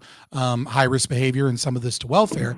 But other than that group, you're going to find birth rates that are not at replacement level. And the places where birth rates are at replacement level are going to be Indian reservations, Mormon communities, Amish communities, Mennonite, Amish communities, the places where the grandma and their uncle and everything are living in the same neighborhood. And like when a cookout, every weekend that a cookout happens, they're driving their golf cart, one house over, and they're all involved in the raising of the children because there's so much stress that is taken away from that. Like when you're, I want to engage that real quick because you and Charlie are kind of talking about two of the same things here, but I think you're missing a big factor here. I think, right? So I live in San Antonio, right?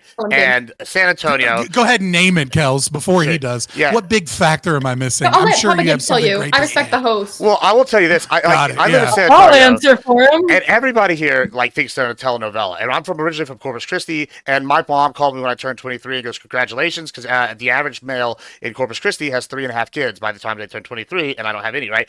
And the reason why the reason why that is because it's not just the extended family. It's that sex is a much more accepted part of Hispanic culture. Like you'll hear mom like, "Oh God, so and so was so hot today," and encouraging their kids to do something. It's a much more it's not as taboo to have a kid out of wedlock or have a kid early. Versus in other cultures, specifically here in the United States, we'll see oh, if you have a kid out of wedlock, parents will disown you sometimes. Right, that's a thing. They're you're done. Whore. Yeah, whore. Yeah, right. But in Hispanic families, even though they have the Catholic base, they're very oh well, hey, it's just another miracle. Hey, whatever, the Lord wills it, and they're excited. And it's they're why would the Lord make us want to have sex? Kind of thing. Well, I mean, it's Catholicism. But even in Catholicism, they don't want to do it out of wedlock. But Hispanic culture specifically enjoys it has a sexual nature to it. It's fiery.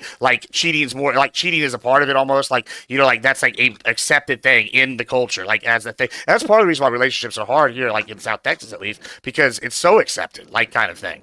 I think that's a factor you're not. I meant the focus on birth, but yeah. Right.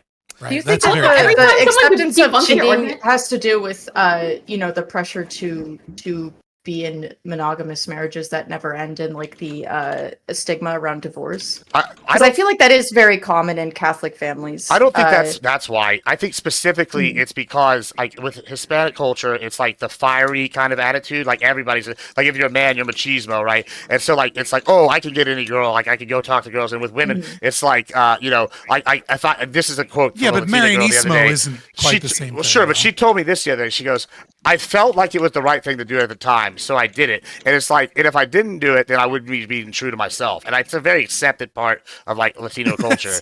Like, I That's mean, wild. it's a true. I mean, it's But somewhat There's valid. just so many variables. to Charlie's point a little bit, when we have limited research, but when we look at research on paternal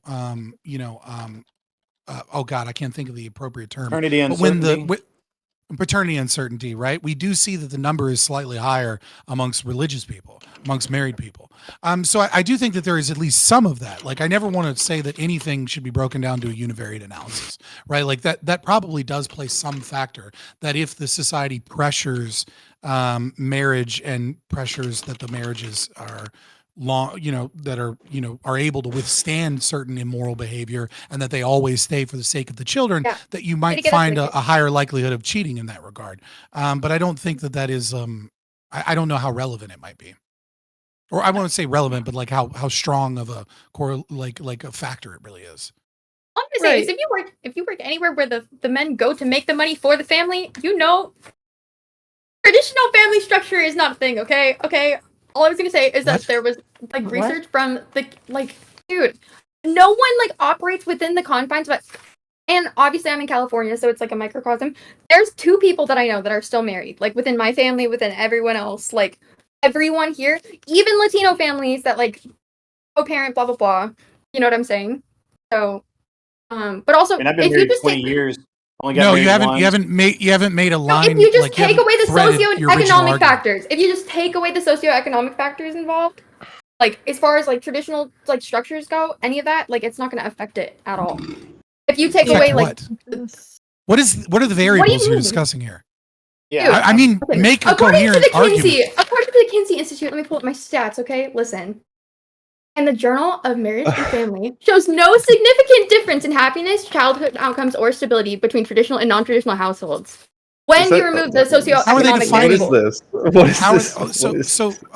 okay, so here's Don't the worry, argument I that hate you're polls. making. You made weird arguments in the beginning that you didn't thread through, but the argument that you're making is that there's a confounding variable when You just didn't looking at understand them, brother. I promise Sorry. I I'm understand sorry. it better was than over you your do. head. R/whoosh. So the argument that you were making, I'm steel manning your whoosh. position. Okay, so the argument that you're making is that there's R/whoosh. a Can you define are steel you manning? fucking What? okay? Are you So gonna say the know R what- word do you know again? what it- Very ableist. Yeah, I don't care. Maybe he So should, yeah, so because straw you know what? manning, This right, is when Gibbs' you panel, and And Gibbs crap- says it. Oh, Right. straw manning would be Not would to be you a fallacious Hey, we all got the argument. R word pass. Okay, All right, go ahead. All All right, go right. ahead, Fabian. Go ahead. Got it. All right. I'm not Fabian. sure it's actually worth it Problem? engaging. I think it's an interesting thing, Go for separate it. from whatever the fuck else she's trying to say. That socioeconomic status is a large confounding variable in the success of traditional marriages. But the problem here is that I think it's a cart and horse. Sorry, it's a chicken and egg scenario, right? Which is financial responsibility is meaningful and financial stability is meaningful for long-term relationships. And so if you take out socioeconomic What does that have to do with? What does that or have to do how with are you monogamy, able though? stop. What? I'm not talking to you. I'm just talking about the point you made up that I thought was interesting amongst the deluge of random Problem? stupid shit you said.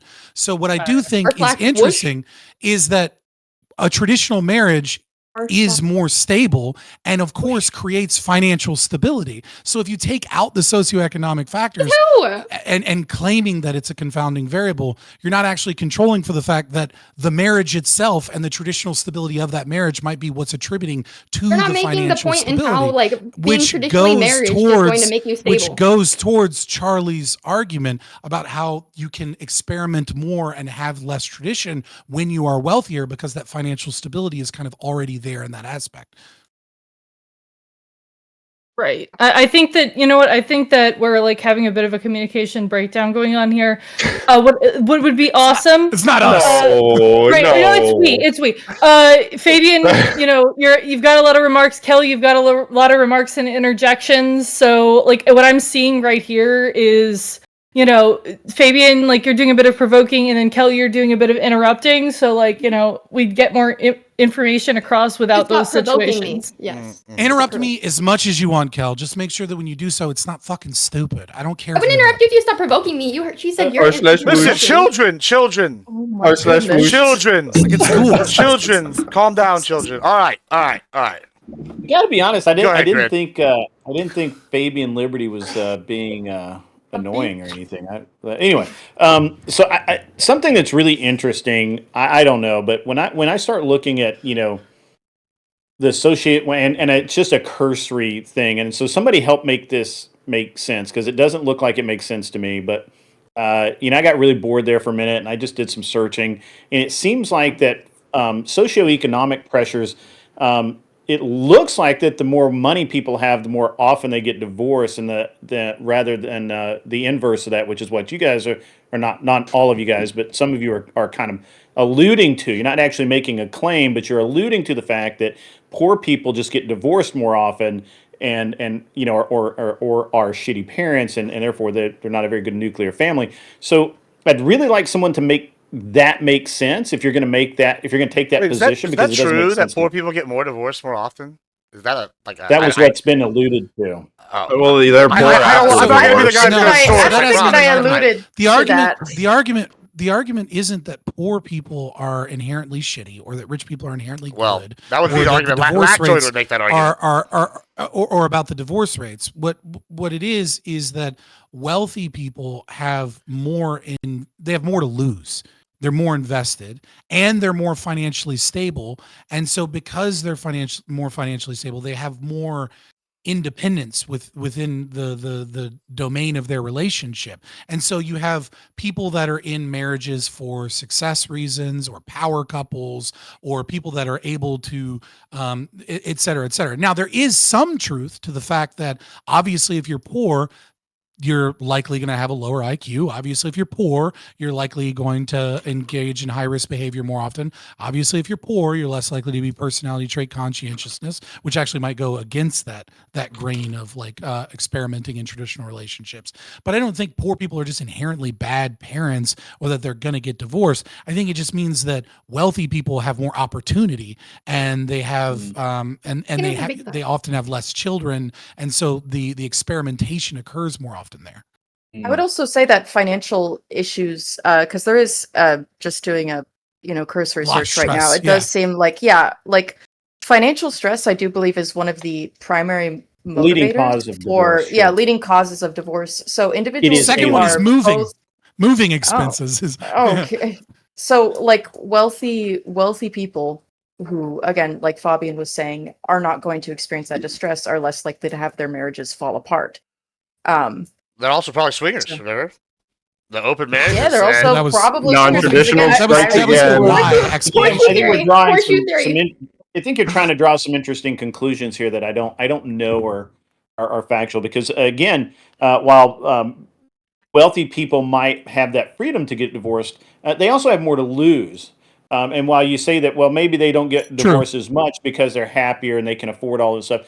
But the reality is that if you're marrying a gold digging bitch or a shady ass husband, then that person's going to go after the money, right? And I'm just saying, it goes both ways. I mean, I'm not excluding anybody from this. There can be shitty men just as much as there can be shitty women.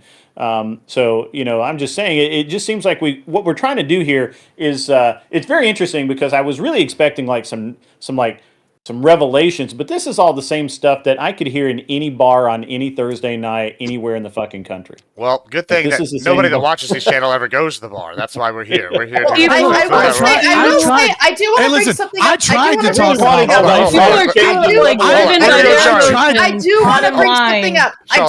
I tried to talk about welfare and its connection to normalness and anatomy in society, but nobody wants to fucking talk about that. All right, let's go. I will say, not on this panel. Let's go to Charlie. Oh my goodness. Yeah, guys. The decorum. majority.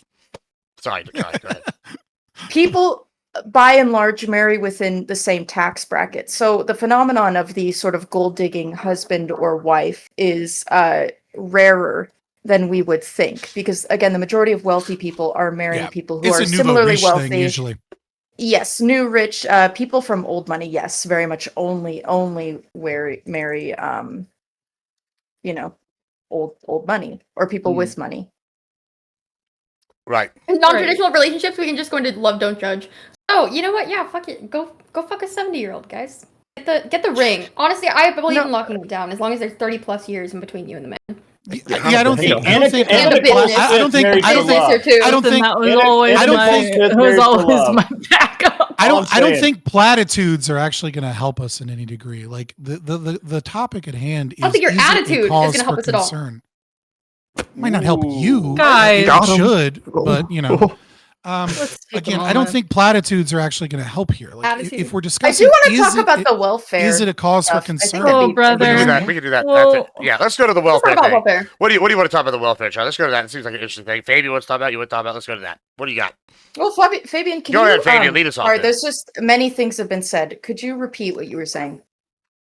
Yeah. So predominantly my argument is that the more you increase welfare, right, Mhm. and at a national scale, we'll say to simplify Okay. it, the more you take away spontaneous order in society. And what I mean by that is that instead of a social structure where individuals are, engaging in mutual aid based off of what it is that they value in society.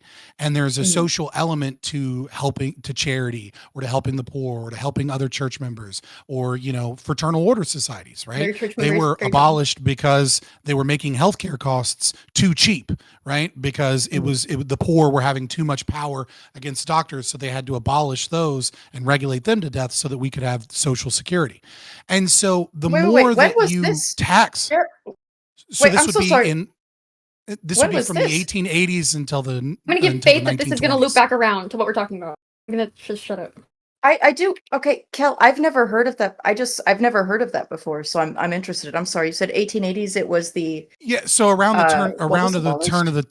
Mhm. So around the turn of the 20th century, roughly 1 in 3 men in America were in a fraternal order society, and for about 1 week's pay, they could afford health care for their family with the healthcare lodge system.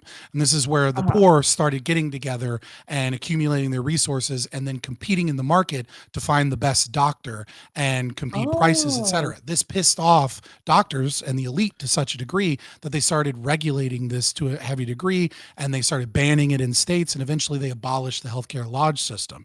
I've And never that, heard of this after before. the That's Great Depression crazy. comes from. I'll DM you a book you can read about it. That's like Please just do. This about is specific incredibly topic. interesting. Um, Yeah. It's anyways, I'll get it to you after the debate. But and thank so what I am saying here is that instead of young men having resource accumulation, what they have is they have a slower rate at which they can build their wealth. And this is true of women as well, right? But women are the primary beneficiaries of welfare because through the children, single parenthood, and things of that nature.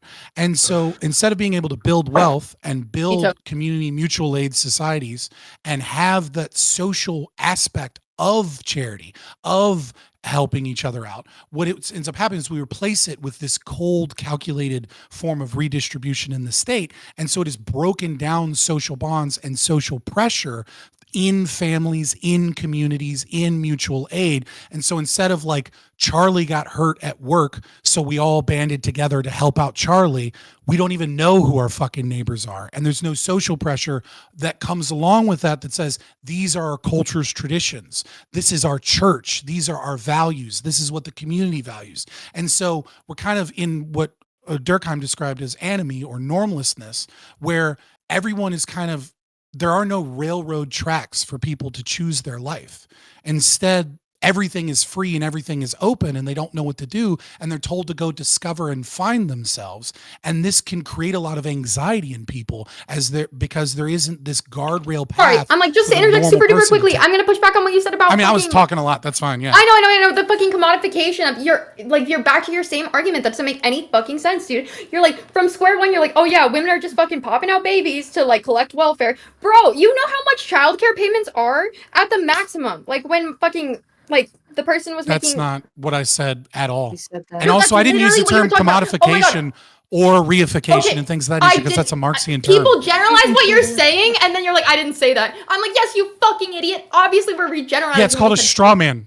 It's not my argument. A straw man. No, it is not. You were literally talking about how, like That the literally is what it's commodification. called. Awesome. That's literally not my argument. My argument isn't that my argument isn't that women are it's popping taken out away- babies.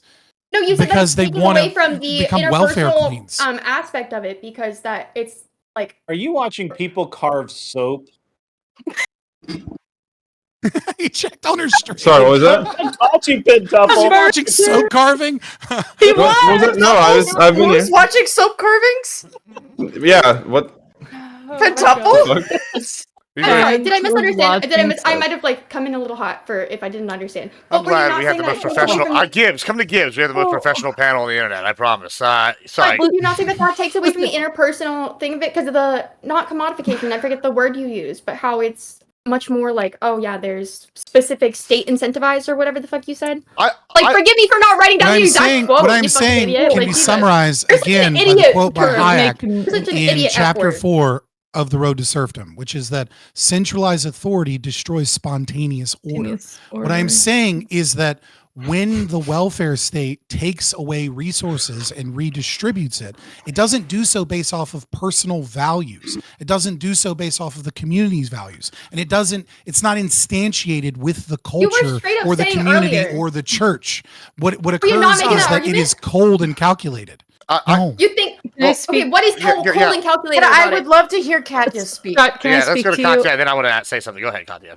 All right, let me speak to you for 1 second. So what I'd like to say is just, I feel like when we're talking about, social welfare programs and stuff like that, like there was legitimately like a void in society, and the things that, kind of went away, like what you're talking about, it was something that needed to be fixed, pretty quickly. And since you can't build up this cultural cohesion and cultural systems as fast as they needed to appear, obviously, that's why that happened. I don't believe that, it was like like one then this replacement, so much as like one part of that went by bias for multiple reasons, which we can talk about, that I will agree, did I'm not change calling it a things in some ways conspiracy. for the I'm worse. saying there was a void that had been Right. regulated out of the market by the government because doctors were complaining that healthcare costs were getting too low.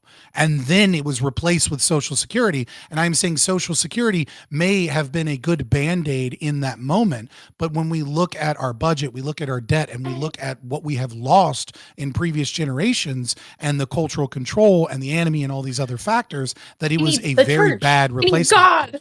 Well, so God. I'm I'm an objectivist. I'm an atheist. I'm not arguing hold on, for hold on, God. hold on. I want to. Okay, go ahead, Katya, and then I want to get in here, and then we'll go to Charlie. Go ahead, Katya. Go ahead. Okay.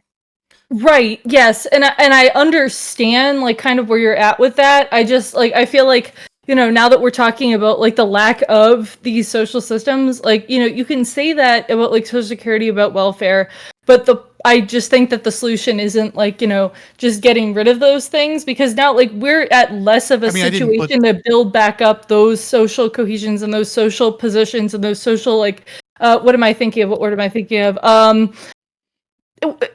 I suck at words sometimes, like groups, like Yes. structures. Social That's what I'm cohesion. saying. I'm so sorry.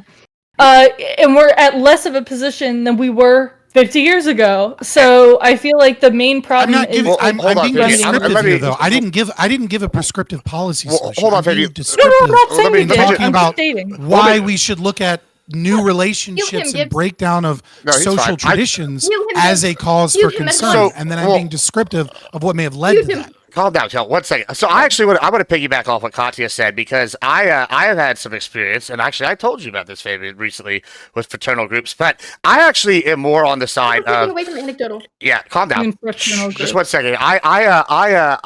Basically I was more on the side. I'm more on the side. I think personally, like I know I'm moderating, but more on the side that I don't think there's a problem with the non-traditional styles relationships. I don't think it's a sign of societal degradation. However, that being said, I think there is a very big example that you're kind of touching on with societal degradation that is happening, right? And so you brought up fraternal groups. Now I went to recently to a fraternal group because I'm here in the city and I'm networking, yada yada. And it turned out it was just a place for these high octane businessmen to cheat on their wives with other men. That was what it ended up being. So like that was I don't think that's the same as what you're talking about. However, I do think there was something other than the church that fulfilled this support structure role, which was sports. Right? You would go do the fraternal groups back in the day, and you would learn how to be like a man, quote unquote, right? And learn what like good masculinity was. And then I think sports kind of fill that role. And however, in my time period growing up, there was a real big push, a little bit right after my time, to go away from hey, there's winners and losers, and go towards this what I call the participation trophy mentality, right? And I think that really has hurt society and overall. I think especially in relationships, because if you're told your whole life that you're a winner and you're special and you're special mama's little boy or special mama's little girl, that when you get out there and you find out that you're not special, you can't take rejection, and I think that leads to a lot of this. Sure, I mean, I think that's. And then we're gonna go to Charlie right after you finish. Go ahead. Yeah, it's worse than that, Gibbs. Actually, I've done a couple of shows on what I call what I don't call it, but a friend of mine calls the princess effect, where all little girls in America are told they're princesses from the time they're born. They expect the white knight treatment their entire lives, and then when they wake up one day and they find out they're really not that special, and other girls are just as special as they are, and men have choices and things like that. It gets very real, and that can do some that can really cause some relationship issues. I've done, like I said, I've done a few shows on it, but that's a very real thing, Gibbs. I've noted that quite a bit. But dudes aren't immune to that either, man. Again, I'm going to spread this on both sides because I think a lot of guys are told to play the field, bag as many as you can, that kind of thing, and I think that's just as damaging. It's just as damaging. Let's go to Charlie. Go ahead, Charlie. Okay, so back to the sort of fraternal groups. I'm wondering, Fabian, I do think that, like, I understand what you mean by people are more likely to want to take care of each other when they know each other. 100% agree. Mm-hmm. I feel that, the ideal society would be a small population communist one, in which essentially, each according to their needs, and we all pitch in because we know and love each other and want to take care of each other. However, I was liking it until just this moment. That's okay. That's okay. What I'm saying, it functions exactly the way you were describing. What I want to say about abolish suburbs. Please let me speak. Please let me speak. Yeah, go ahead. I don't think we're considering. I would say like we'd have to talk about racism during this era in America, in which I highly doubt that there were many white groups in America that would have hold on, let her finish. Go ahead. Holy shit, shut the fuck up. Shut up. Again, would not want to pitch in for their African American or indigenous or Latino neighbors. And in addition, those groups, especially like Black Americans, would have significantly less opportunities to access like higher paying jobs, unions, etc., and would be shifted down into lower paying jobs, more difficult, degrading work. And I think that that's partially, most likely, why those fraternal orders were. Maybe that's partially why they were dissolved, just so that everyone could benefit. You can, obviously, I won't hash it too much here on this because it's off topic. Going back to relationships, right? The timeline there doesn't match. Yeah, so you can you should look up the United Order of the True Reformers by William Washington Brown. You guys should just hop he in had over 70. He had over 70. Kel, I can't fucking hear. I'm trying to hear. Okay. I am asking a question. I'm trying to listen. My goodness. Sorry. With the United Order of what? the United Order of the True Formers. So this was an entirely black fraternal order society that predominantly focused on business in hotels, retail stores, newspapers, and black-owned businesses, and had 70,000 members at their peak, and saw a lot of success. They were heavily focused on frugality. Like their motto was "Save the cents, and the dollars will take care of themselves." And you should just check it out, because I mean, you're right that obviously fraternal order societies that are based around the community that you live in an era where there is going to be animosity with other demographics or other communities, is not going to be all encompassing in the same way that the state welfare was. But that doesn't mean that other societies and other communities also didn't band together along those shared values and see relative success. Okay, understood. I will look into this because this is interesting. I just wanted to clarify because I was curious. Oh, and by the way, just for anybody watching, the book I'm discussing is From Mutual Aid to the Welfare State, Fraternal Services and Social Services, 1890 to 1967. The author is Can you David send me a list of books, please? I'm later, just waiting for over Quintuple Discord? to start playing Yeah, Galaga. just put it in the group chat. Actually, listen, I'd like to. I haven't read that one yet. I'm going to be real excited if Fabian can convert Charlie from communism to libertarianism with all of his book choices. And Cat, baby. That'll be. And Cat. Also, apologies, Kel, for yelling at you. I can't hear very well, and so when you start talking over him, I got very distressed because I could not understand a word. And I would also like to apologize. Usually I would just start muting people, but it's real hard when it's just like quick one-liners and it's like it's like, oh, you don't know when they're coming. Usually I'm like, but so we'll get back here in the back half here, the back quarter, 15 minutes or so. Go ahead. One thing I want to add on to this is when we're talking about, like societal situations that were that did end up getting pretty much just destroyed partially because of racism and other things. I mean, when you look at stuff like the Harlem Renaissance and you look at like Black Wall Street, like situations where people of minority groups were prosperous, but for quite a few reasons, many including animosity towards that racial group, were pretty much just destroyed and people were put in a much worse situation. To the point where, they weren't able to rely on people like in their community as much because their communities were fucked up. Right, this was like there was a bombing. Yeah, obviously I'd be against that. You know what I mean? Like it's not really in Kansas. Yeah. And right. It's just like it's not relevant that the state intervened and destroyed, certain communities and cultures with state oppression to like whether or not welfare system and what I'm talking about is relevant to the introduction and the change in our culture and society of new forms of non-traditional relationships, and whether or not that is a marker or red flag for other problems in our culture. Well, it would be a precursor to that as well, because like when we talk about, for example, like one thing that people pretty much don't criticize for the most part nowadays that I super think they should is the rise of suburbs in the interstate highway system, because a lot of the places in which these things were built, the way that people separated from each other in that way. What has that got to do with traditional versus non-traditional relationships? Okay, so if we could let me speak, I'll get to that. I can see fucking Kansas from here. Go ahead. Abolish HOAs. I'm kind of with okay, it. hush. Let Katya go, guys. Come on, let's let people finish. That's really amazing. So, please, yeah. What I'm saying is, a big concern with those sorts of things is it did for a lot of the situations, like ruin social cohesion among groups because people were further apart. They don't know their community as much. A lot of these community situations where business and like housing and where people were living and working and having these smaller businesses got taken away because of zoning, which I'm against personally. A lot of zoning laws I am super against.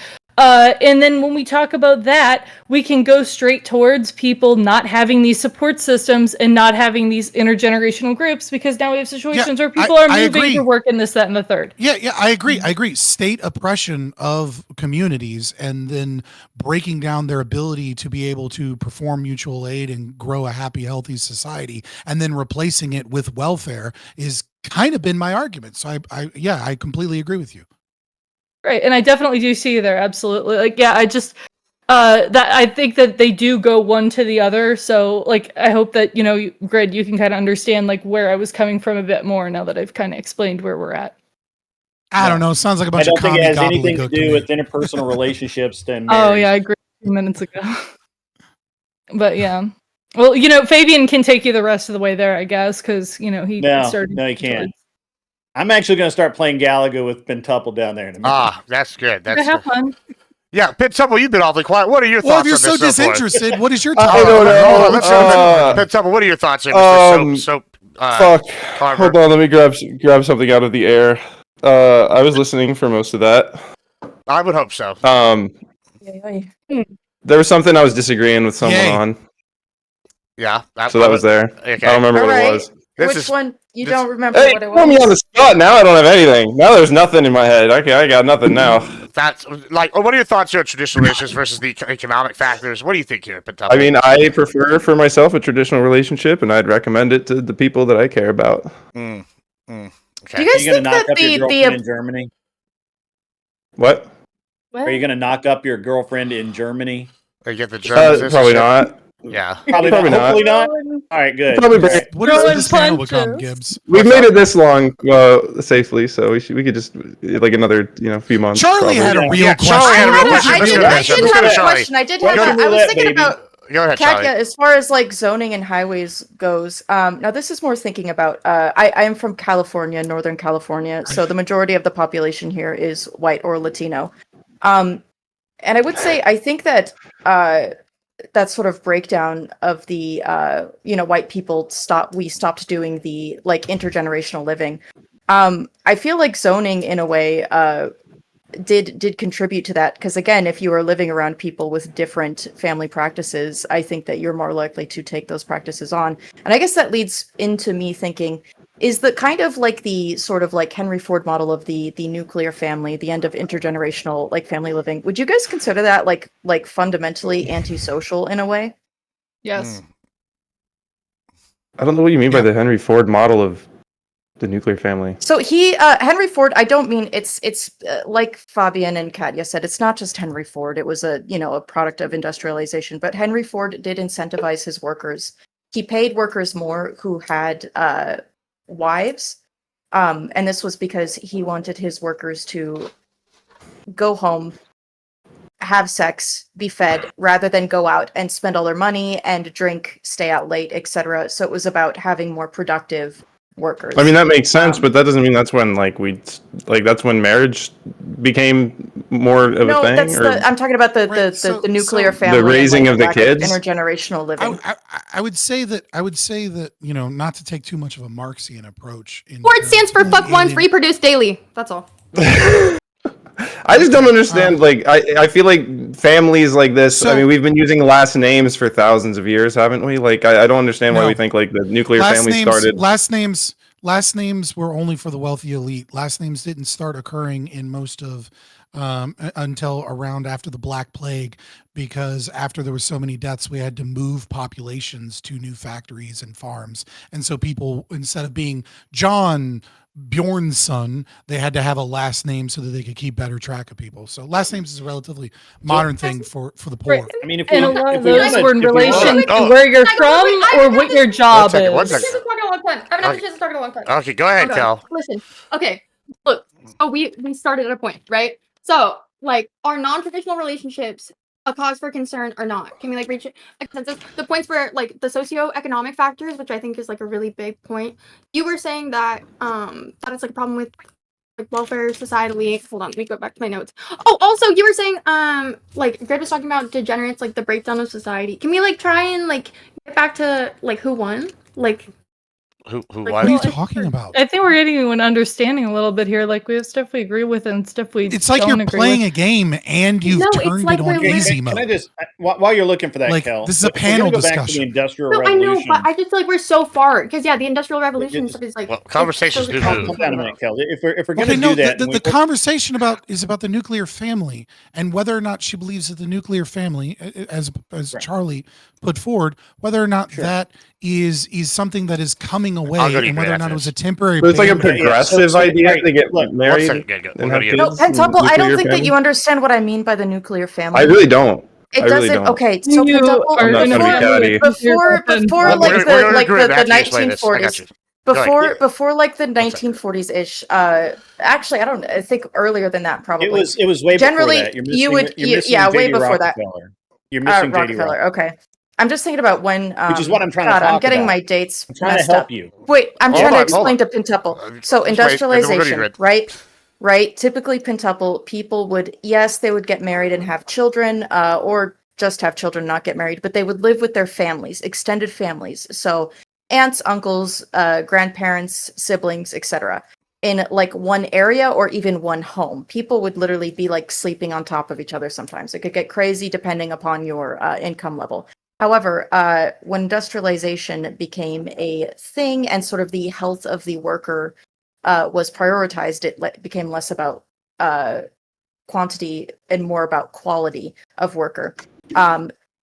Nuclear families in which there would be a mother and a father and then children living in one home became kind of the norm and the priority, and it was considered a status symbol if you could achieve something like that, where you had a wife who did not work. Does that make any sense? So when we talk about the nuclear I don't family, understand because we've had Yeah. parental rights go back We're as gonna far go to as Grid right as soon as you're like done. our Right. like your parents have your right. Like you're talking about being raised by like uncles and like extended family and stuff, but that's not the same as like are we talking about parental rights came into the place in the 1940s? No. So what we're are we not talking about? You were raised Living by your Talking parents. about That, like that's legal been the rights. norm. Let's- No, guys, What's the distinction? What's like the everybody, point? Let me talk to him. Oh, hold on. No, Let we're me going. put it- Nope, let me stop. put it- I'm Stop. genuinely Everybody just stop, missing everybody stop. something. I'm not like, Listen, Holy God, You're missing something really quick.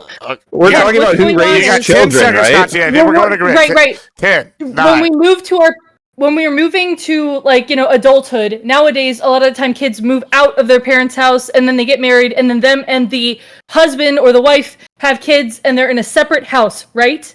Yeah. In the past, a lot of the time they would stay at the house or they would move to the husband's family's home and they would have kids there and they Right. would live with the like, let's say the husband in a patriarchal society, right? They would live with the husband and the husband's Throwing in parents in the buzzwords. same house for the most part and their kids. You're going. And then they would work and then the grandparents would watch the kids as opposed to living in separate homes. That's what we're talking about here. All right, Grid, go ahead. Nobody speak. Let him talk. Go ahead. So, if we really want to talk about this aspect of marriage and non-traditional relationships and all that kind of stuff, what you really have to look at is Rockefeller, but right in 1920s when they were literally calling themselves robber barons, which, by the way, that's pretty fucking badass if you call yourself a robber baron and get away with it. Second, the reason that this is important to all of you is that they ushered in the industrial age, and what they wanted to do is create better workers.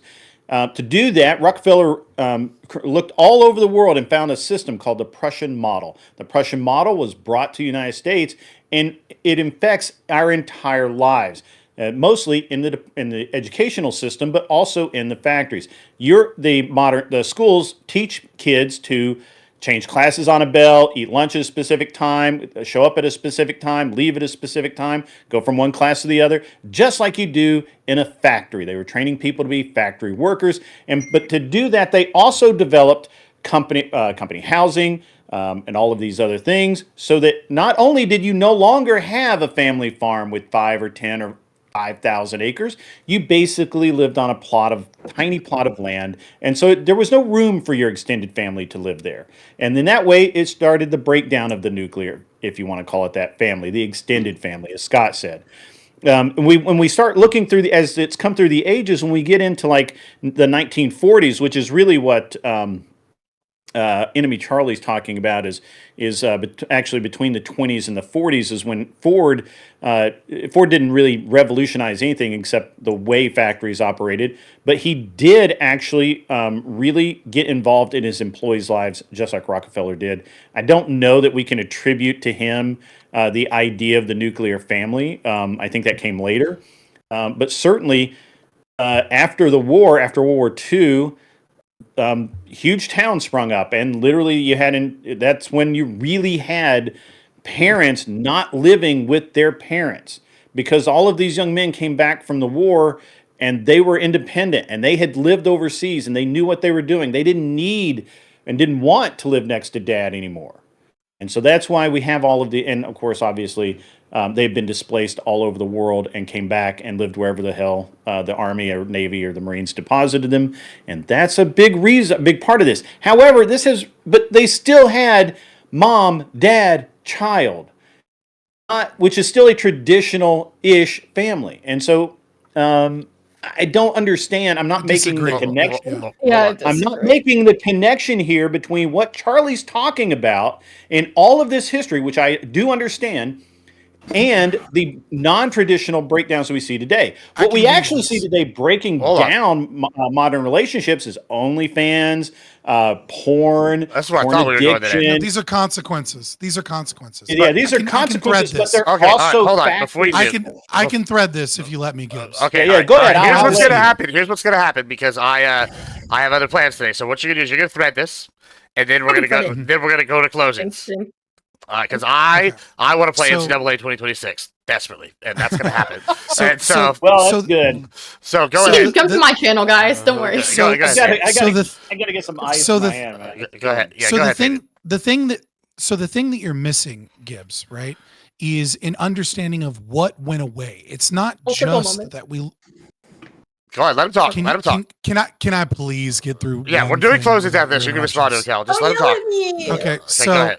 so what you're missing is I think it's best done in a narrative way, right? So if you look at life in the 1700s for your typical person, they are living in a community where there's one church. They all go to church. When a new person comes into town, they know them immediately just by looking at them that they're not someone that they know in town. Everyone's culture is intermingled, right? They're bartering things. They're connected. And at the same time, this is a critique of both Amelia Durkheim as well as Marx, is that with the industrialization comes from the alienation from labor, right? Where instead of being involved in the entire process of being a cobbler in town and making the shoes and having your finished product and having your family involved and being known by your identity as as the cobbler, instead people are moved away from these communal systems where they're all connected and shoved into these towns. And while it is true that for the relationship and for the family, there are all of kind of the quote unquote essential elements there. What's missing is the social cohesion. What's missing is the culture's ability to enforce tradition via your relationships and your interpersonal relationships, etc. It reminds me very much of Franz Kafka's letter to his father. When you read Franz Kafka's letter to his father, you can see that one of the things that he's so upset about is that his father tried to force Jewish tradition on him, but they never went to synagogue. And so kind of hearkening to like Nietzsche's kind of perspective of God is dead, is that sometimes the consequences of moving out all these cultural elements can't be seen in 10 years or 15 years. It takes multiple generations that no longer have that basis that instantiates the culture in them before things start to run away. And that's where you're getting all of these new relationships and all of this hedonism and all of this playing around in your 20s and the breakdown of gender dynamics, et cetera, et cetera. And I'm not saying it's a univariate thing. I understand there are other factors, but that is my argument here. And that is why I think it's so important to recognize why the nuclear family cannot maintain a culture. Right? It can maintain a family, but not a culture. It's inferior at that. And Fabian, why don't you go ahead and make you have anything else to say? Just go ahead and make That's my outro. It's yeah, fine. where to find you can find me Fabian Liberty on YouTube or on Twitter, X, Zitter, etc. And I do debates and discuss anarcho-capitalist and anarcho-objectivist philosophy and fun stuff. Appreciate you guys. Thank you so much. Charlie, you had your hand up. You want to go next on closing? So go ahead. Oh, no, this is going to be a conversation for later, probably. We could do closing statements. I love how inquisitive you are. It's very cute. I'd like to learn. Well, this was fun. It was something. I learned some new things.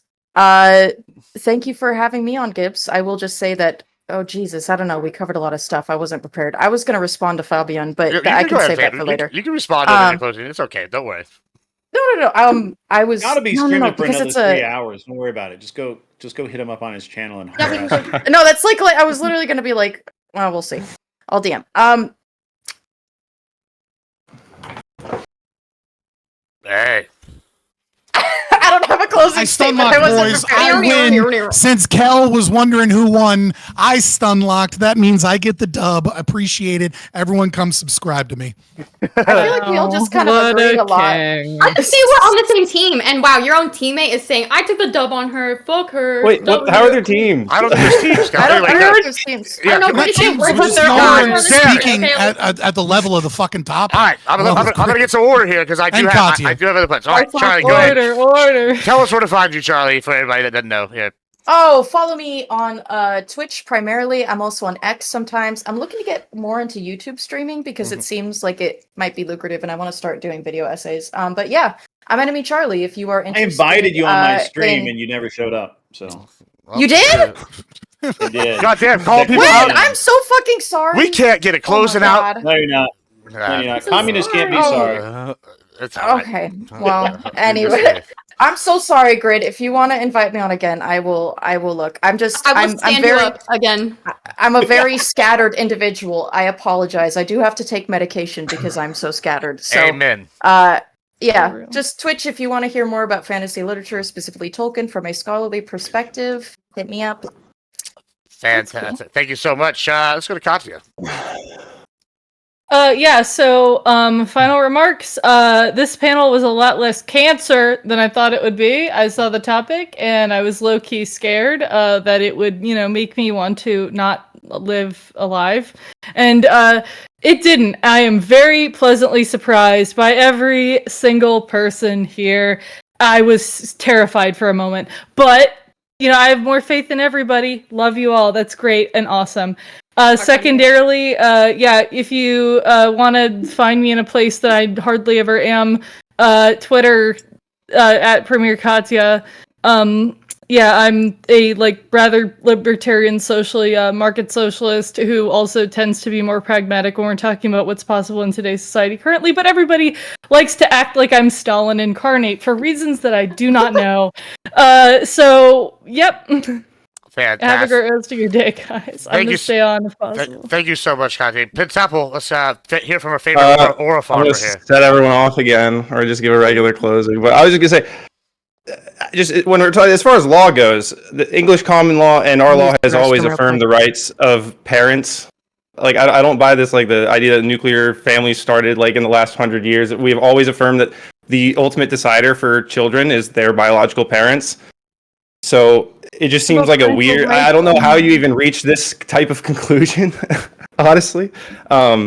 So I just don't buy it. What we're really talking about is who has the ultimate, who's in the best position to make a decision for their child. And in our country, that's always been the parents, and I think it always will be. And I don't think that living with extended family invalidates the value of that principle, that the parents, the biological parents of the child, are the best to govern Nobody's saying decisions that. regarding their child. I don't know. So what are you saying? Because I genuinely don't understand why you're saying the nuclear family model started There can with be more people. It doesn't have to be about people. Rice. I don't know how we're still. It makes no sense. I'm gonna mute you. I'm just saying I don't understand it. I haven't reached an intellectual level yet where I believe that the nuclear family started in the last 100 years. I haven't quite reached that peak. Hold on, Katya. All right, say where you're from, where I can find you, and then I'll leave this open here. You can find me on Twitch. I'll be back in August. Jesus Christ. I might be confused here. I honestly am confused here. Right, we will talk about it after. We will talk about it after closings. All right, Grid, go ahead. All right. This was pretty fun. I did get a little bored. I got to be honest. I was zoned out there for a minute. I really actually wanted to play Galaga while I looked down and I saw Pentuple down there watching soap stuff, and I was like, man, I could. Hey, wait, chat asked for it. I deliver. Follow Pentuple. The chat asked for art. That's cool. I see no reason to believe that the non-traditional relationships have any benefit at all on society as a whole. Maybe obviously there's always exceptions to every rule, but I think that more people are trying to be exceptions and not the rule than ever before, and that's probably wrong. They need to do things better and just be better human beings. That would be great if people could do that. In the meantime, since it doesn't seem like a lot of people want to be better human beings, maybe we can just, at least attempt to get along. It was a good panel. I agree with Katya. I actually thought this was going to be a massive dumpster fire, and it ended up being, at least for the most part, cool. And I did massively over prepare though. I'm really mad at you, Gibbs, that I massively over There prepared. can always be a part two. There can always be a part two. You know. Why do Yeah, you guys there's think gonna be it's gonna be a something. thing so far? Well, we'll tell you And later. Go ahead. Finish and up, at Rick. any rate, I really appreciate you putting this together, Gibbs. I had a great time. So I'm glad you came. Also, the whole reason we had this panel today is because of Kel. She's got a big announcement, and I'll let her do a closing. I'll let her tell you about it. And it's the same topic that's coming up this weekend. So go ahead, Kel. Listen, I'm about to have the most centrist, lukewarm fucking closing in the world.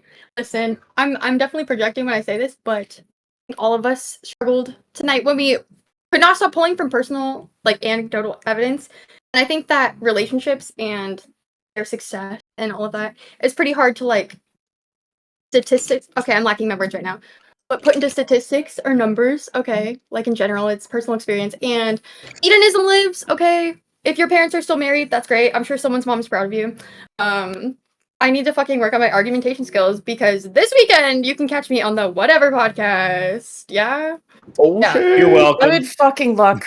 Yeah, You're with fucking the welcome. same You're welcome. with the similar topic. So hopefully You're we welcome. learn some stuff. So, Grid set that up. Good job, Grid. Thank you, Grid, as well. Gotta get the little fucking Oh, you great. Just tell them how much you hate me and get me there too. Yeah, there Yeah, you I'm go. not gonna tell them about the polycule this time. I think I'm gonna just play the.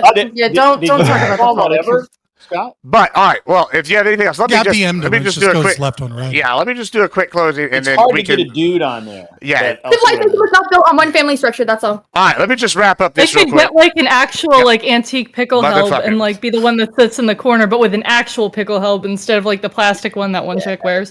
So you know, All right, let me just wrap this up real quick, and then y'all can talk and do whatever y'all want. I don't care. But hey, check this out, guys. Thanks to everybody for coming. We appreciate it. This was a good. I don't know if this was a good one. This was something. I feel like I have higher stress levels than I It did is before. good. But yeah, it was. frustrating me. Everyone's like, no, don't do it. It was something. So yeah, go check out Cal on Sunday. I think we'll be on Grids on Friday. I think that's my plan. As long as Grids having one, we're gonna get a lot of more stuff going on. And tonight we're gonna be doing a marathon here after this. So it's gonna be exciting. We're gonna be up all night playing the new NCAA 2026. If you want to see people scream and rage out, that's gonna happen. I'm gonna be losing my mind. So check that out. It'll be fun. Check everybody else out here, and that's gonna be it for me on this thing. Oh, yeah, you can find me at Kinetic Kel on YouTube and Twitch. I forgot to shout that out. Fantastic. You can find it there. But go check them out, guys. And that's the end of this. Now, I guess if y'all want to yell at each other, feel free to start yelling at each other. No, I'm out. See ya. All right. Bye. Bye. Later. You got Gibbs? Last one to Yeah, leave I'm is here to gay. hang out and chat. I mean, that's fine with me, but so where are you what are you confused about? Like, as far I as the genuinely new- don't know what you guys are arguing. I don't know what the claim is. What are you saying Henry Ford did with the nuclear family? Well, it's just throw Henry Ford out the window. Okay. I'm following. So the I am nuclear legitimately family just retarded. Like, I don't know what the fuck you guys are talking about. So I just the genuinely nuclear don't know. family. You know what? We don't have to do this. I just. Hold on a second. Let me just really quickly, because Charlie's like, hold on a second, calling me. I was a little confused too. I'll move but you back I feel in if like you get out, Charlie. Don't worry, I'll move you back. If you... I didn't study politics. I didn't Yeah, study yeah, politics though either. So every time I like interrupted, they were like, "No, it's this," and I was like, "Oh, I just didn't know what that meant." Yeah, I'll. Well, we'll review am this I later fair to and say help you there's a out. distinction really quickly, then I can between? Good, Am I fair to say there's a distinction between like a society where children are raised communally and a society where children are being raised by extended family, but those parents still ultimately have every legal decision, every right over that child? That's what I'm making here. Like, our society has always said the parents have autonomy over that child. The grandparents, while they can help raising them, they don't have autonomy over that child. They can't enroll them for like they don't have the same rights as the parents. So that's why I'm saying, like, it doesn't make sense to me to say, like, oh, we started this recently, because it's like we've always had this. People have always lived in different, like, circumstances, but having those different circumstances doesn't invalidate the fact that parents raise their own children. That's why I was confused. I think you're looking at this too much in a legalistic framework, because what we're talking about here is like a cultural difference over time, like as far as the norm, right? Because in the past, what we're talking about is that the norm was that the grandparents would continue to live with the family. Right, but under your premise, is a grandparents living in the home with the parents and the children not a nuclear family setup? because that doesn't invalidate the nuclear family to me. To have more people, even another family living there, wouldn't invalidate the nuclear family. The nuclear family just means that the children are being raised by their parents, and that their parents have the ultimate say and authority over those children. And that's been the case for way longer than the Industrial Revolution or whatever we're talking about. Generally, that's not what people mean by nuclear family, because when we talk about nuclear family, we're not talking about nuclears and nuclear weapons. We're talking about nuclears in the nucleus. No, I know what you're saying. But we're talking about the parents, just the parents and the you're children. looking too legalistically. Just the parents and the children, right? Yes. And we're not just legally, right? We're talking But that's not socially. invalidated by the addition of grandparents. That doesn't invalidate the existence of that nuclear family there. Because the nuclear family is defined as the absence of other folks, just solely two parents. Not having a nuclear family would be not having the parents and the children united there. Having supplementations from other family members doesn't. Well, this is if that's the case, if that's the case, and that's how we're using the words, I don't find that useful. I want to have a discussion about the difference between people who are raised by their parents and people who are not raised by their parents. Yeah, not when people are raised by their parents and their grandpa and their uncles. Like that's all still nuclear family to me, as far as the discussion we're having about who should be raising kids. Yeah, I mean, their parents should have the authority. Well, let me just jump in here real quick. I think it'll help real quick. I think what's happening here is a little bit of talking past. I think the conversation is about like housing now, or like how we structure like our living arrangements. It's not about who's raising the children. Well, what I think is happening is there's like the literal definition of nuclear family, which is the two parents and the kids, right? And then there's the traditional family, which would be like extended family assisting with the kids in the home, right? And I think those two are like associated with each other in some capacity. Like say like I grew up in a nuclear family. It was my parents and then the kids, right? And then we'd go see grandma and grandpa, right? That wouldn't be considered like traditional, right? However, a traditional family could have a nuclear family within it, right? Like it's not like they're mutually exclusive. I think that you're kind of like, I think what Katya said is you're kind of like legalistically getting in there. However, if what you said is true, I think this might be a part of the thing, is because you kept trying to go talk about who's raising them. I think that's a different conversation with like who actually is raising the kids. Like, but isn't that the conversation? If we're talking about the nuclear family and raising children, I mean, like we're talking about industrialization. Like another couple reasons that come to mind about why this could happen is just the prosperity that we saw during that time. Obviously, that brought us more opportunities to buy housing. People had more money. People had the option and just like decided to go purchase a house for their parents. Like that was. I don't think this is like something that was just incentivized. It's just a natural consequence of having the opportunity and the prosperity that we've gained in the last 50 years. As far as raising children in the nuclear family, I don't think that I reject the premise that having extended family added to that nuclear family is like, if we're talking about children being raised by the nuclear family versus children not being raised by the nuclear family, I don't categorize additional family members in addition to the nuclear family as on the side of not nuclear family. We're talking about people being raised by like not their parents who are like either adopted out or whatever. And I'm not saying there's any problem with that. Maybe there are in certain cases, but I'm just saying generally speaking, we're talking about like who's in the best position to raise their children. And I'll give it to you, there are societies in history where they had communal raising of children, but in those cases the difference was that they didn't have parents that had those official like final rights. In our country, we have still always had that the parents, even the grandparents, don't have custody.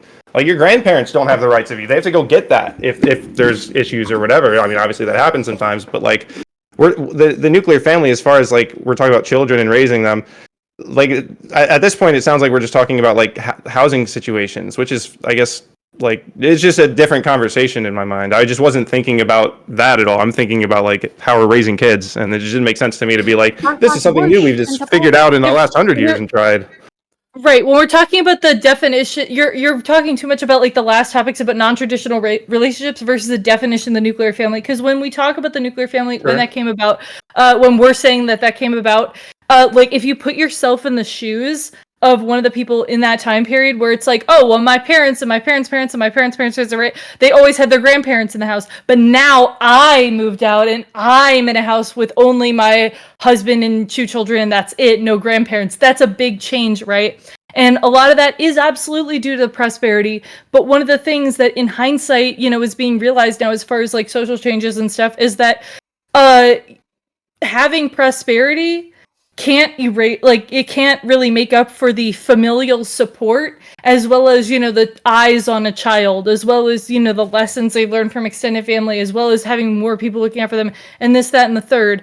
Like, and that's, you know, ended up being in a problem, like, because now that prosperity is decreased, because it was at an unprecedented level after World War II, and a level that we will probably not get back anytime soon. Like, it was unreal how much the rest of the world was mega fucked, and we were up here. Now we're getting closer to here, and that's a bit of an issue for continuing with that social structure, because we're in the situation where people are still, you know, supposed to live in this nuclear family structure, but because they don't have enough support, or they can't have somebody at home all the time because economic situations have changed, now we're relying on childcare in a way, and that's, like, you know, it's been negative for kids, as well as there's like a discontinuation from the rest of your family, from your parents, less of a community, less social cohesion, this, that, and the third. And when we talk about that, that is because of the change that occurred at that time to the nuclear family. The nuclear family is both an inclusion of something and an absence of others. It is parents, kids, that's it. That's what the nuclear family is. It's But not then that's having like more super and rare. not That having like less. doesn't exist. That like nobody is raised What? like that. Nobody is raised Like by what? only their parents. It's in like they No, no we're other talking about in family. your Like, household. In your household, not you go to your grandparents' house or they help out in the house. Yeah, I she's just, talking about. I mean, I guess you can When you make grew that up with your distinction, but I grandparents in the wouldn't house? bother making that distinction. I don't think it's, it's it. I don't it's a think pretty it. it's a pretty big distinction, Temple. I grew up in Yeah. technically a nuclear family. Like, I would say for a while there it was the norm, but it's not so much anymore. If we're talking about Did your someone being grandparents live raised in your house, without the Matt? nuclear family, I think you're just getting really my hung. grandma Like, for like a few months before she died, but like it's just like it doesn't. I mean, if it I'm being doesn't- honest, permanent Temple, thing I we're think you're talking It getting doesn't really make like, sense to me. I think you're really getting like I think that Katya might hit the nail on the head here, and you're like pulling a actually you're pulling a Fabian. No, I'm where just you're, no. I'm saying you're like no. My hyper-focusing confusion on was because something my mind really- was on one track, and I see what Katya's saying. I'm just saying like I don't.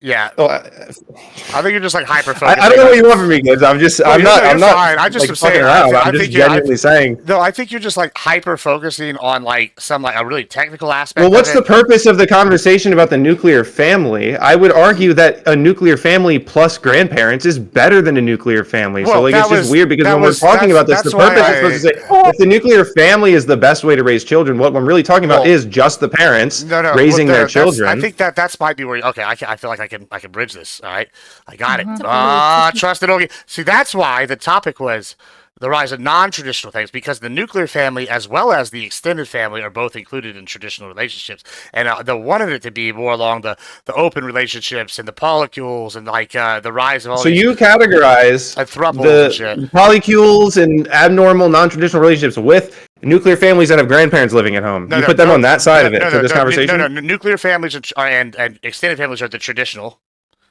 Right. Those Okay. And then Yes. the non-traditional would be like polycules and like open relationships or thruples and like other things like Right. other things like that. I won't even say gay couples because they are included, because gay couples have been back since like the Thracians. Like that's been a thing. Like like so I would say like that's probably a traditional form as well. But I'm saying specifically when I'm talking about non-traditional, that would be like in this side, and extended family and nuclear is on the traditional side. Wait, you don't think polycules existed as long as gays did? I mean, I don't Well, think how is that your metric I don't for- think, but it wasn't the That's your societal. metric I for would actually traditional? No, argue it wasn't that the it's a societal spectrum. norm. Shouldn't traditional imply No, common? No, yeah. So that was my point. There is that, like for example, Thrace, the commonality with like gay couples was a What do you common mean thing. common? It means fundamental. But like Gays are polycu- common now? Hold on, listen to me. Like if we're talking about traditional said it doesn't mean relationships, common, it like means a gay, a fundamental. man and man couple was a There's a common difference. thing. It's a societal norm that's accepted. That's a common traditional thing, like as But far that back was- as ancient Greece. However, a polycule even back then was not an accepted norm compared to like now, which just seems to be a rising kind of like almost accepted thing. Do you see the difference I'm saying, Pentemple? Yeah. You're gay. Well, Sorry, I'm Okay, just kidding. and that's great. But the way that gay people are accepted, and we love gay people, anyways. Him being It's gay okay to is be gay. outside the point. Whoa, I don't I'm care homophobic. what he Can't say that. does, what anybody does. What I'm saying here is actually what I would say is, I'd say that a lot of this stuff exists like on a spectrum to where, when we're talking about traditional relationships, I would Just actually like say he that, exists on a spectrum. multi-generational. Then when we're talking about, the nuclear family without these other additions, just parents and child, nothing else, if we're going to be really, really specific, more towards the middle. And then we're talking about, non-traditional relationships over here. Like, I actually wouldn't, I would say that, especially now that we're not in that unique period, right, of economic prosperity that we are currently not seeing, we're in a situation where the nuclear family, just parents and children, is in a way not working out in the way that it did for that microcosm of society. And which is why we're talking about this, because, it's caused kind of a breakdown, which like people like Fabian were attributing, right, the rise of non-traditional relationships to, because of a lack of a social blah blah blah support system, this, that, and the third. But yeah, I mean, I do advocate, for a return, especially among people who aren't as economically advantaged, to like multi-generational living, which in a lot of places among a lot of communities is the standard. So yep. All right. That's my point. That's a good ending point, I think, for me on this one. Let me just end my stream. I'm gonna go join Charlie and Fabian. So There you go. hasta That's a good la one. vista. Y'all have a Peace. good one. Good luck, Cal, on Sunday. Good Yeah, luck. good luck, Cal. It really Have fun. scared me that everyone in chat was like, "That's a horrible idea." I was like, "Ah." Just you'll be fine. If you have fun, you'll be likable. It's all that matters. Yeah, and we'll go over and watch. Like I said, later I'll help you with this, and I'll help you get the format down and like some of this other stuff, so we'll get you polished up like a good turd before you go. We know what to expect though. Like people either love me or hate me. Like there's no between. I just have to come off at least a little bit likable, so like someone gives me the These Gibbs panels are extremely intellectual and serious, as you can tell. Focus on that. But they're r/wush pentuple. You just don't get it. There's more academic Can we more just talk about academic than my. the socioeconomic state of the world right now, please? What? Run the clip, boys. I might need to go look at the... Sorry, I'm arguing with my mod because she's trying to say I was arguing that the nuclear family includes the grandparents, but I wasn't saying that. Also, thank you both for being... I don't even know. I said I know that the nuclear family involves the parents and the kids only. I'm saying when you add the parents, that doesn't invalidate the fact that the kids are being raised by their parents, which is what we're talking about with the nuclear family. Can you stop taking it out on I'm just explaining to Sadie because she's being a fucking bitch in my DMs. I'm sorry. I'm sorry, your mod is being a bitch. Do you want to like take that back? She could ban everyone from your chat right now. She could go ahead, do it, fucking do it. She's about to take over this channel. Do it. Justice for Do Sadie. it. Justice No for balls. Sadie. Justice for Sadie. Justice for Sadie. No, I'm just saying. I'm saying It's not Leviosa. the conversation Justice for Sadie. Justice for Sadie. Yeah, I know. around the optimal raising of children isn't about like the housing arrangements that changed with the Industrial Revolution to me. We're talking about who is raising that child. Having grandparents in the house doesn't invalidate the fact that the parents are raising that child. That child has a nuclear family. That you're not equipped to have this conversation, Pentuple, and see yourself out. Apparently I'm not, because I feel like I'm being gaslit.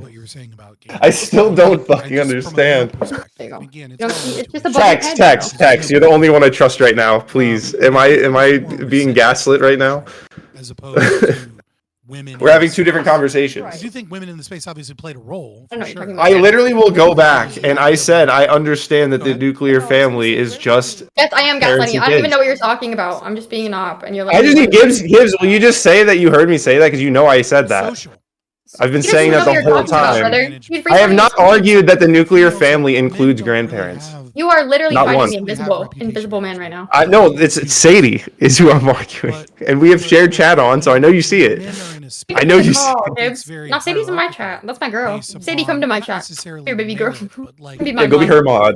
She'll need one for Wednesday. Potentially merit things. I can't stream. Yeah, she can't see. Hey, you're gonna see hella growth on Wednesday if you. Sunday. I mean, if it goes even badly, It's Sunday. Sunday.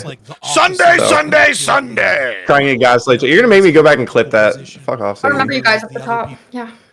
are competing is considered a raider. No, literally, I'm like, I told Gibbs, I'm like, very when everyone quickly, hates it me on creates a Monday, hierarchy, you have to because that's still how ride with me male because you relationships encouraged me to tend do this, be. okay? Listen. Yeah, I mean, here's the thing. Hey. I don't give a fuck about what other people think. Like, very like, quick tone you- police. There's gonna be a large Say, portion you of people can't that hate say me that. after this weekend, isn't and I have to come to good, terms this with isn't that, you know? yeah, I mean, You like, come hang out over here with us. yeah, we don't give a shit like about it. People like this is what like we were talking about this the other day, Chell. Like I keep wanting to end this and talk about do the other thing, but like we were talking about this like just earlier today, like how it's like different streamers have different mentalities with the chat. And I mean, Temple one I talked about this previously. He doesn't like certain groups in his chat, and he just like, gets rid of them. I also don't like certain people. I'm like fuck them. Like if I don't like your vibe, you're not gonna play hanging out here. Like it's really that simple. Like Yeah, we're too small. Our streams aren't big enough to just let that shit Even if they slide. get You're like big- in my basement with me right now. That's even how if I they see get it. big, they still you can You still fucking do cross me, I'm sending you You outside. you guys both let me one man you in your chat, so argument debunked. Yeah, that's what happens. Fuck. It is. I'd be spamming fucking Israel emojis in both of your guys' chats. Israel and Pride flag. I mean, well, based. I guess. Oh my god! Gibbs, you just got a big ass raid! Did I really? Dylan Burns. Dylan Dylan Burns Burns. with the raid. I guess we're not ending, and we're just gonna keep the stream going Yeah, now. I guess and, you're gonna have to keep I guess I'm going. gonna have to just edit this. I was gonna end it and just like restart it immediately, but now we're just gonna marathon from here and keep going. Dylan Burns, thank you so much for the raid. Shout out Dylan Burns. He's a good one. He's been doing a lot of Ukraine coverage, obviously, because he's a wartime correspondent here. Dylan Burns! He's Leave just- Ukraine! Spread the word! Dylan! Good stuff. Good Free stuff. Ukraine! Oh, thank you, Dylan, for raiding the Russia and Gibbs' channel. Amen. Yeah, we like. Listen, I'm okay with sending money to Ukraine because my stocks go up whenever we send weapons over there. Evil. Yeah, and you Wow. like skinning rhinos too. I also found out the Skinning other day, rhinos. Gibbs. Oh, I'm sorry. Elephant graveyards are a myth. So you telling me that you It's not get your true. skin from animal graveyards? Yeah, that's like telling me that my not dog a went to myth. Rainbow Bridge. Yes, Ah, it is. Wait, hold up. fake news.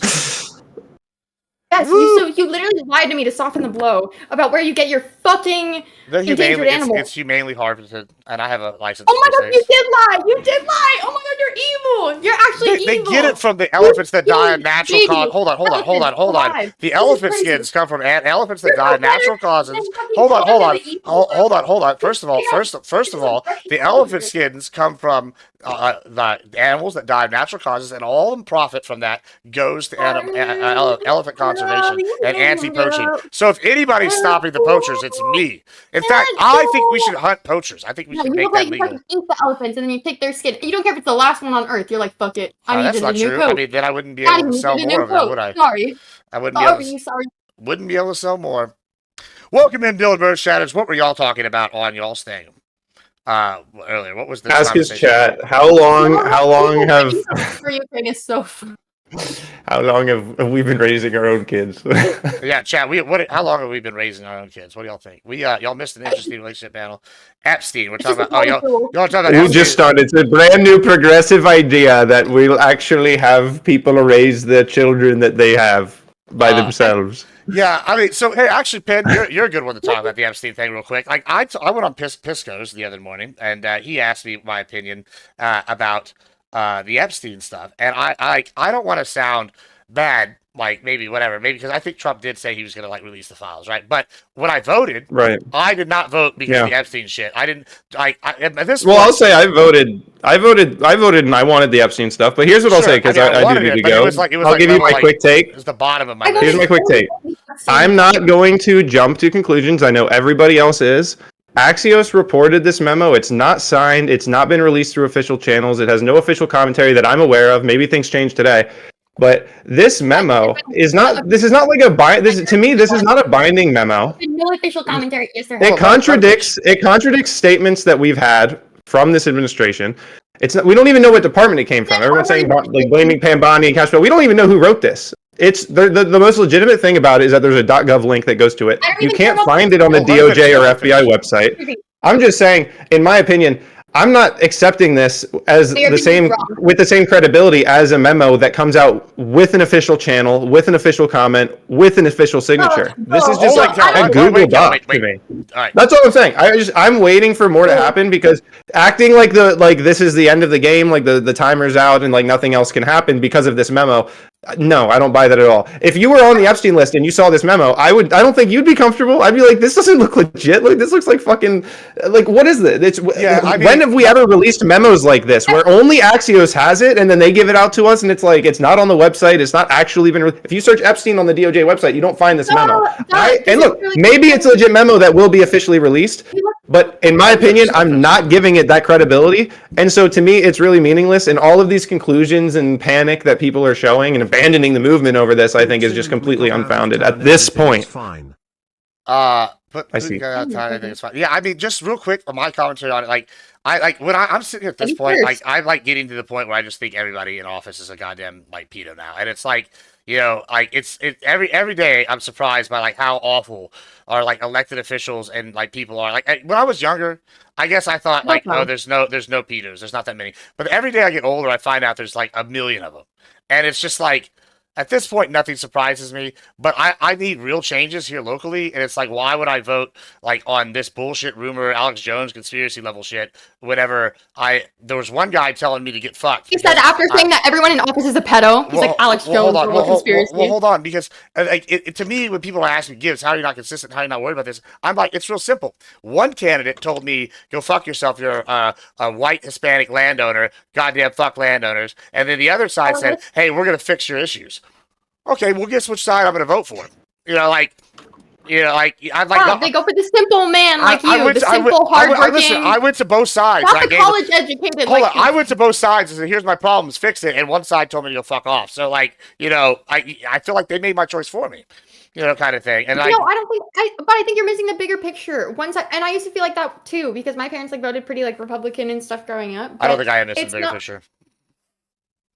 Well, I'm like, I feel like now that's kind of been the marketing, like the fucking the they over us or whatever. The like, oh yeah, he's about they, and then he's about. Well, you know what I'm talking about. You know exactly. I don't even have to use my fucking English well, okay?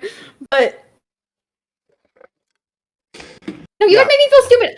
If I could interject. Personally, not a fan of Epstein. That's a good take, actually.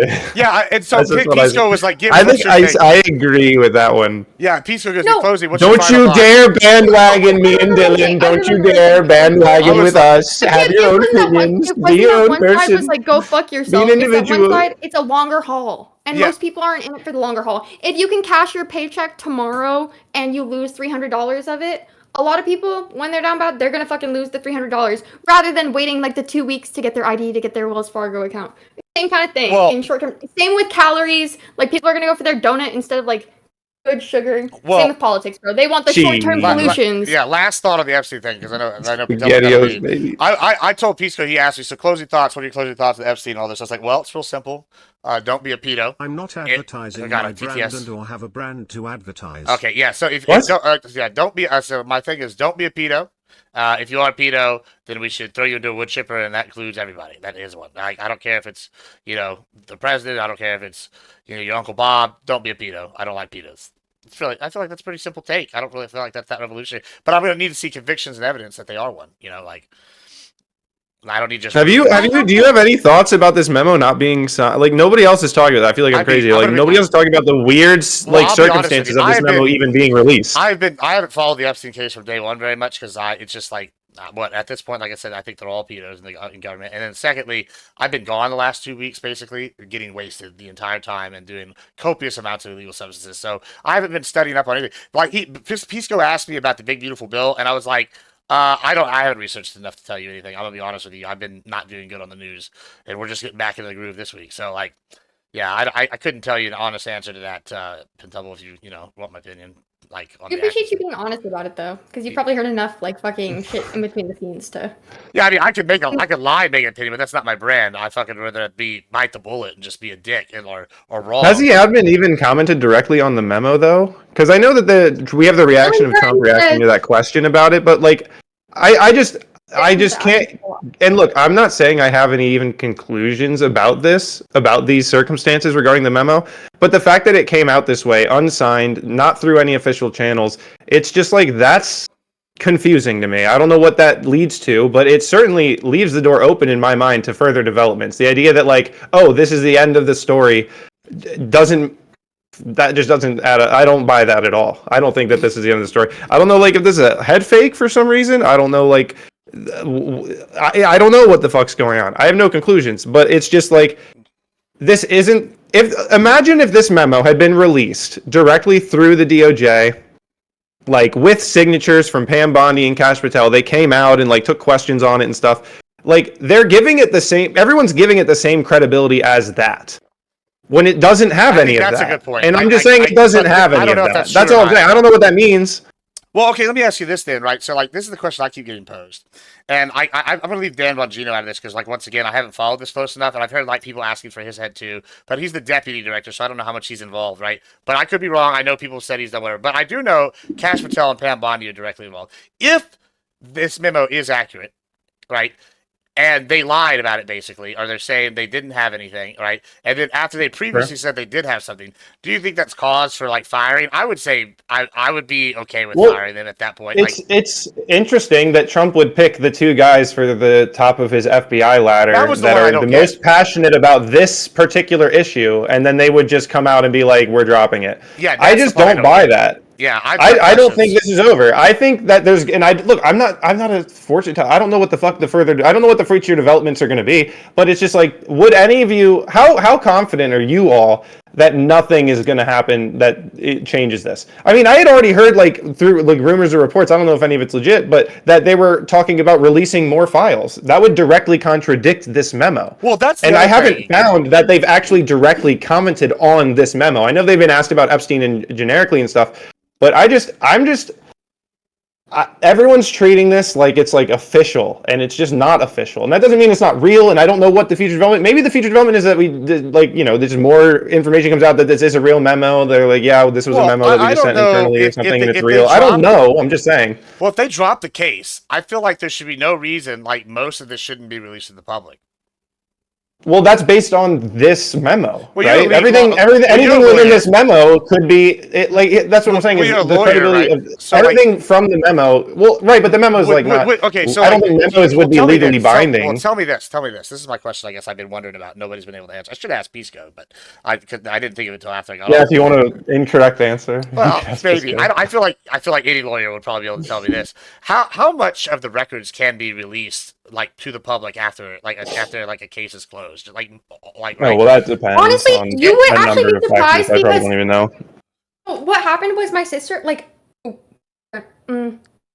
I don't think it's a surprise that they wouldn't release, like, literal child porn. I don't think that's a surprise. Right, yeah, they wouldn't release that. But, like, if they were gonna, like, release, like, documentation and, like, blur out stuff, like, why wouldn't they release? Well, like, let's say so there's a third party person that's named, but they're not certain. Then go. All right, go ahead. Can I answer real quick? All right, go ahead. You can go. I haven't said anything so time. Bro, in the state of California, okay, my friend was arrested and she was blackout drunk, so she didn't remember what happened. And so when she was, like, preparing for court, she was like, okay, like, went to go request the documents. As the arrestee, she wasn't even entitled to the whole arrest, like, report until, like, she hired a lawyer and had, which most people don't. They just go get a public defender that day, you know? So literally, you're not even entitled to, like, the full police report, even after your case is closed, unless you have someone specifically subpoena it, which they won't even for a normal court case. Like, they give you I don't know anything about that or California, but just generally speaking, like, I mean, there's a number of factors, no doubt, that go into that. I have no idea. I like genuinely couldn't even speculate. I don't have any experience in the area, but I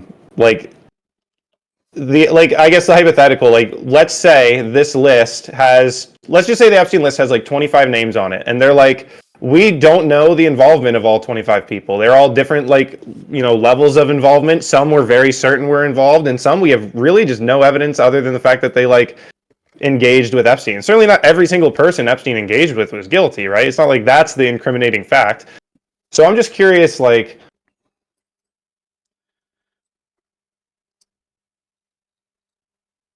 I don't know. And here's the thing. I'll also ask this to you guys. What do you guys think of when you hear Epstein list? Because I don't imagine when I heard the term Epstein list, I don't imagine, like, Epstein kept a list on, like, a notepad and we went and found that in his drawer. What I think of that, the Epstein list to me is a list that would be compiled by our FBI or DOJ that compiles all of the people who have been engaged with this criminal activity. Like, that's what the list would be. So, like, the idea that there's no list you could just make the list, because all of the list would be is just compile the evidence that you have and tell us who's involved in that.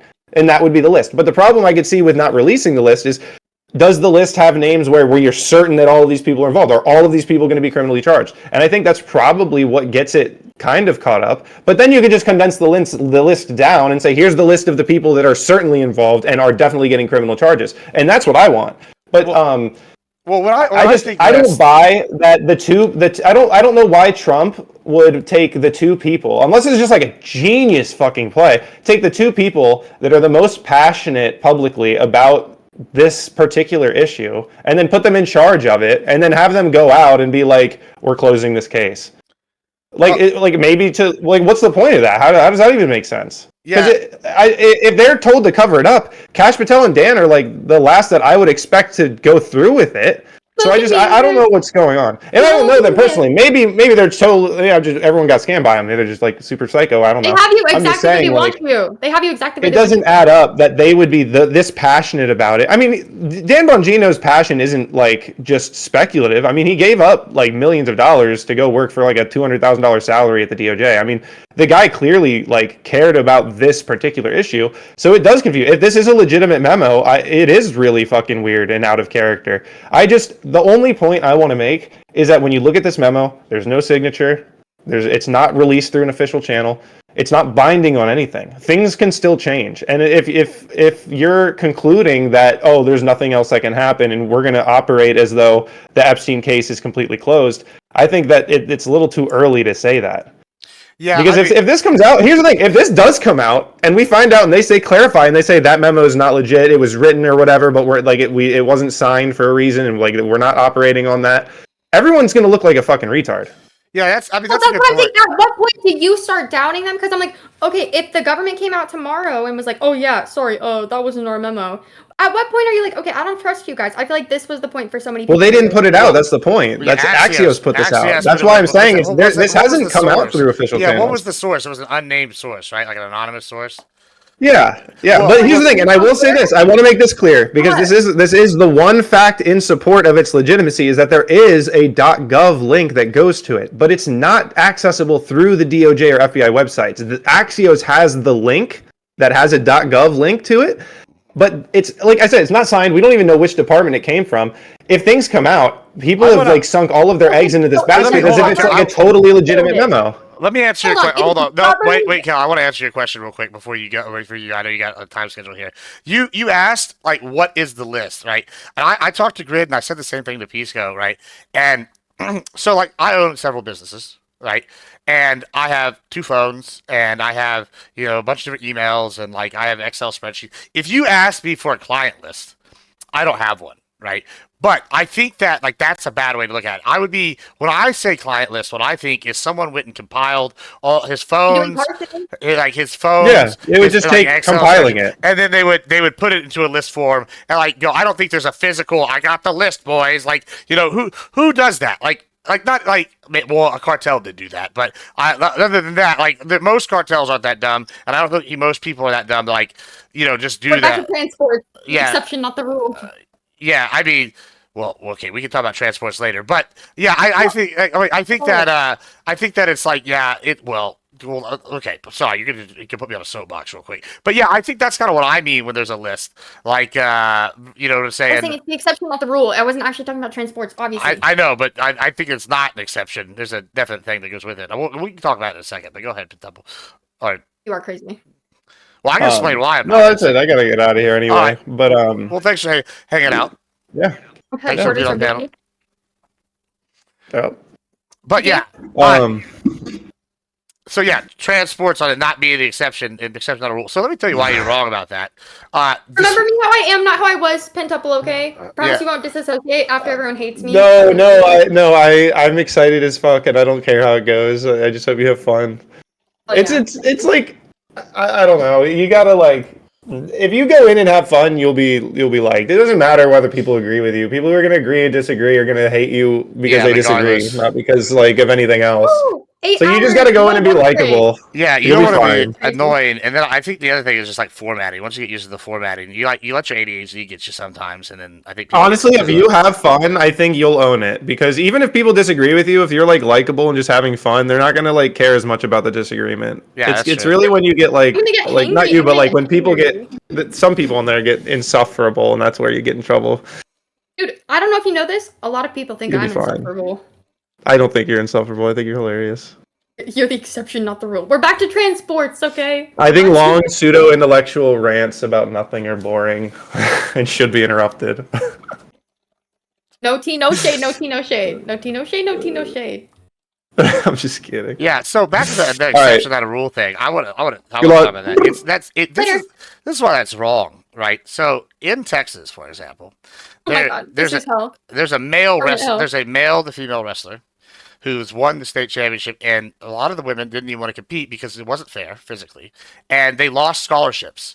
And now, even though later they've Right, rescinded that, one person no, in no, no, Texas. no, You're no, talking- no, no, no. 60 girls lost scholarships because of this. So it's not just one person. Okay, And you're then, talking about one hold on, hold on, athlete. hold on, hold on. It's You're not talking just about one person in no, Texas. no, I no, don't no. care. I have I don't about care. hold on. I got 10 more examples here. And then so then women's sports, right? So women are a protected class. We made them into a protected class in sports. Now I wouldn't care so much if it was a non-contact sport or something like that wasn't strength based. But we see it all the time when trans male to female athletes compete in women's sports like weightlifting. All the time. Yes, actually, all the time. In fact, it's a major problem right now in weightlifting specifically because right now in weightlifting, all you have to do to be considered a female for most of the leagues is have a testosterone level below a certain point. So right now, if I, as a 34-year-old male, decided to get on Your low T steroids, count? we decided to get on steroids, and then I ended up not taking the blockers and stuff after for about 6 months, I could have a low enough base, estrogen level, high enough estrogen level, low enough testosterone level to go and compete against women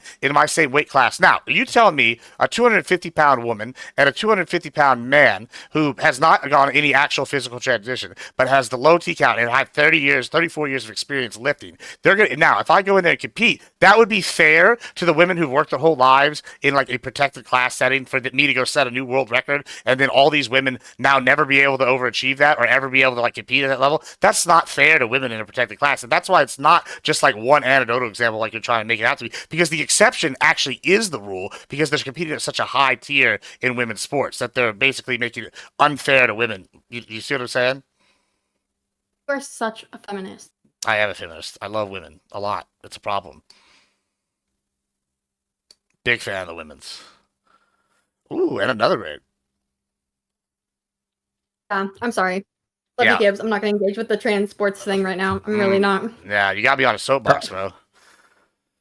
Yeah, I know. I can't hear you all the way up there. Sorry. I'm a male lesbian. down. That's funny. Glitch, I'm here on the silent disco. Mm-mm-mm. You are a male lesbian Gibbs? Yeah, it's funny.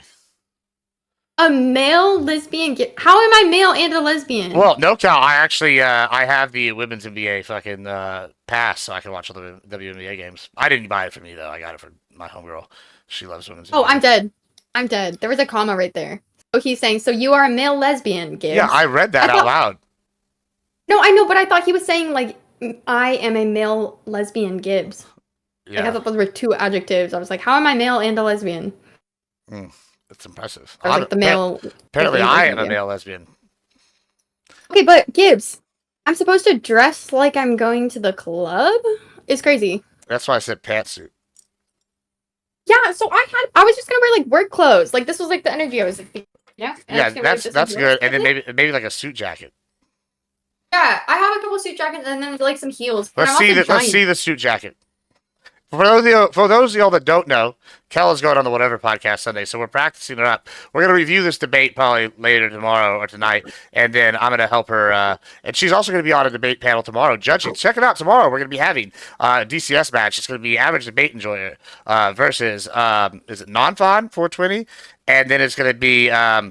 It's going to be, I've seen that opinion as well in Sneaky about Lord of the Rings. So we're going to have that tomorrow at DCS. And then afterwards, Cal and I are both going to go on grids, I think. And we're gonna so she gets some more practice. But we're gonna review this VOD today, and I think there's a lot of things we can work on to improve. What is that? That is not a suit jacket. This was my thought too. You have tan pants on. You can't wear maroon. Why? Maroon and tan do not go together. Okay, but what if I wear like black pants? That would be acceptable. I wear black pants, but I'm saying like this general vibe. Yeah, that would be okay. Black pants with a maroon jacket. But I'm like, I could catfish them as like someone professional. But, like, Yeah. I think that's a good idea. A little jewelry, that'd be good. I think I'm gonna actually go get my hair cut professionally and stuff. You should do Actually that. look nice. Yes. But yeah, But I'm like, I don't know if this is gonna fly. Like, you literally have to send them 3 outfit submissions, and it's like dressed like you're going to the club. I'm like, I would definitely get like fucking vibe checked at the club. why? A lot of women wear that out. Maybe in your city. Well, I mean, I gotta tell you, based on the 2 cities, I'll tell you what, San Antonio women have way more fashion sense than anybody in California that I've seen so far. I should wear this to the club. I'm ready to like sell some cars right now. Yeah, I mean, it would be better than the outfits I have seen you wear to the club. So I should wear this to the club. Yeah, that would be acceptable to the club, yeah. It's like business casual. Business casual is club attire. You either do cocktail dresses or like business casual, or you do like But I've never t-shirt worn statement. business casual to the club. Yeah, and I've seen your outfits and you look like my grandmother. At work. At the club. I've seen you post these when you go out photos. I wear dresses. Yeah, like my grandmother would wear. So you're telling me a pantsuit is better than any of the little dresses I have? Yeah, 99% of them that I've seen so far, yeah. Oh, is this just a subtle roast? Are you just telling me like I'm supposed to look like a 304? I'm trying to help you out. But it's not even subtle. I fucking hate most of your fashion choices. I'm gonna be honest. It's bad. It's bad. This is good though. Was that not subtle enough for you? I think that was pretty clear. Hi, Anita. Hi Anita, how you Welcome back. doing? What are you up to, hi Anita? He's been on a break. Yeah, you've been on a break. Are you coming back? Yes, sir. Well, we're Hey, trying to. Anita, do you want to tell me the news? She's going. Tell her, Kel. You tell her, Gibbs. She's going on whatever on Sunday. It's gonna be exciting. I'm going on the Whatever podcast on Sunday. Let's go. But I wanted to wear a dress.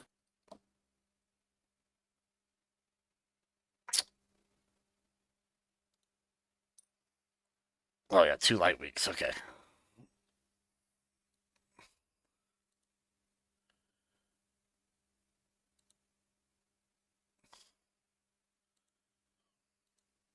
It was something.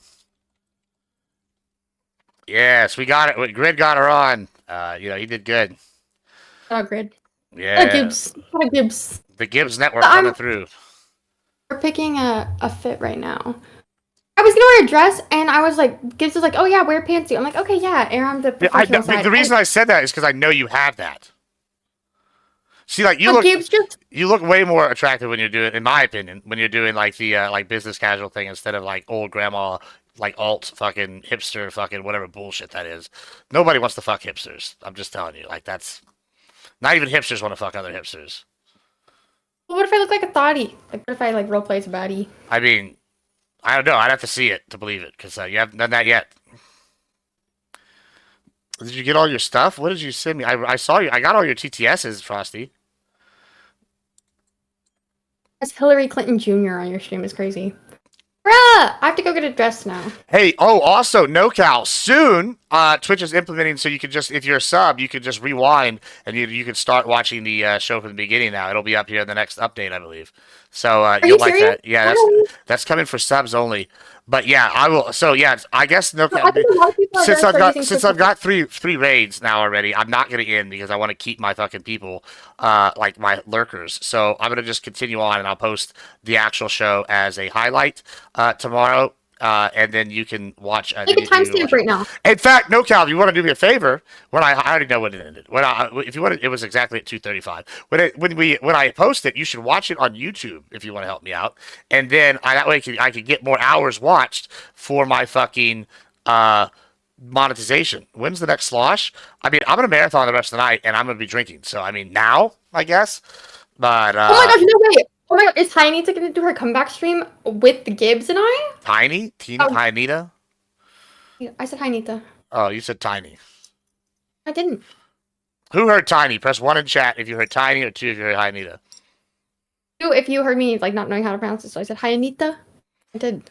I mean, I'm sure I've never pronounced her name right a single time. But she is a gorgeous woman, and I'm gonna keep mispronouncing it and being sad because I can't resurrect saying her name. Sad times. Sad times. But yeah, I'm feeling a little nervous now. Nah, like I said, this was a little bit of a hard debate, I think, for you. But like, we'll watch it later. Not tonight. I need a break from that shit. I don't want to hear it again, so I just lived it.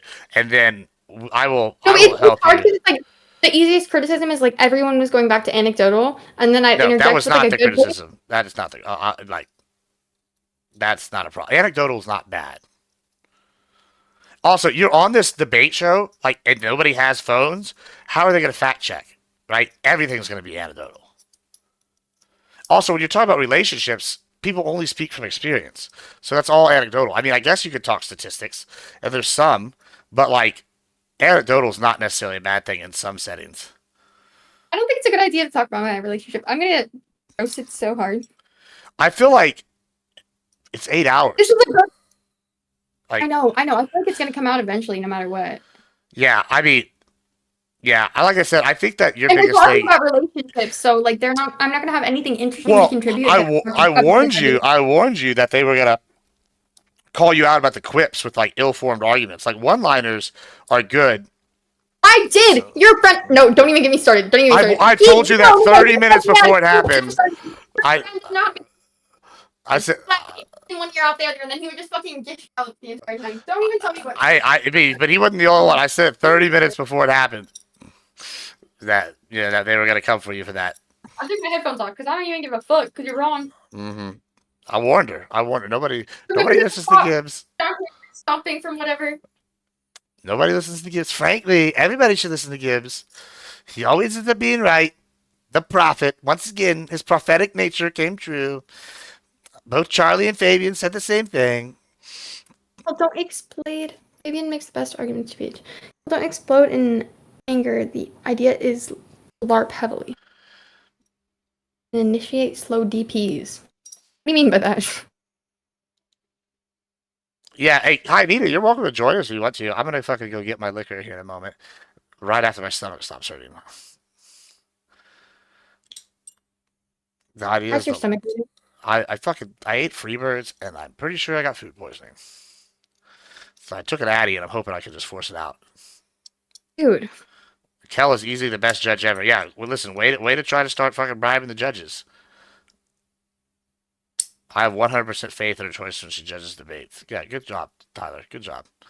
He's over here buttering it up before the debate show tomorrow.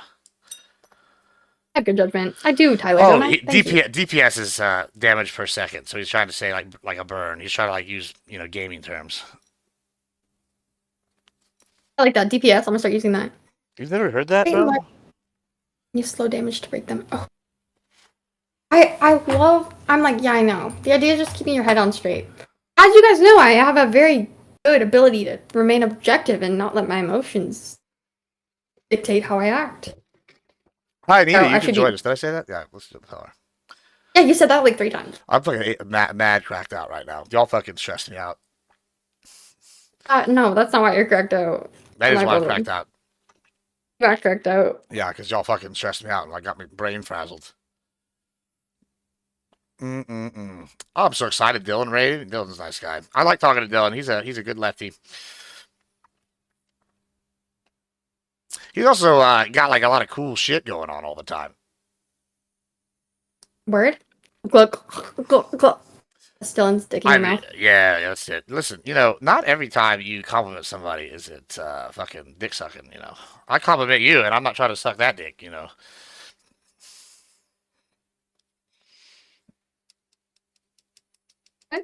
Where'd your squad go? Where did Baja that were here earlier? They all left. I don't know. Grid sent me an invite. We should invite him back here. I'm like, I don't want to just leave because I'm like, I can't bring everyone else here. The struggle of being cross platforms. He can come here if he wants to. Tell him.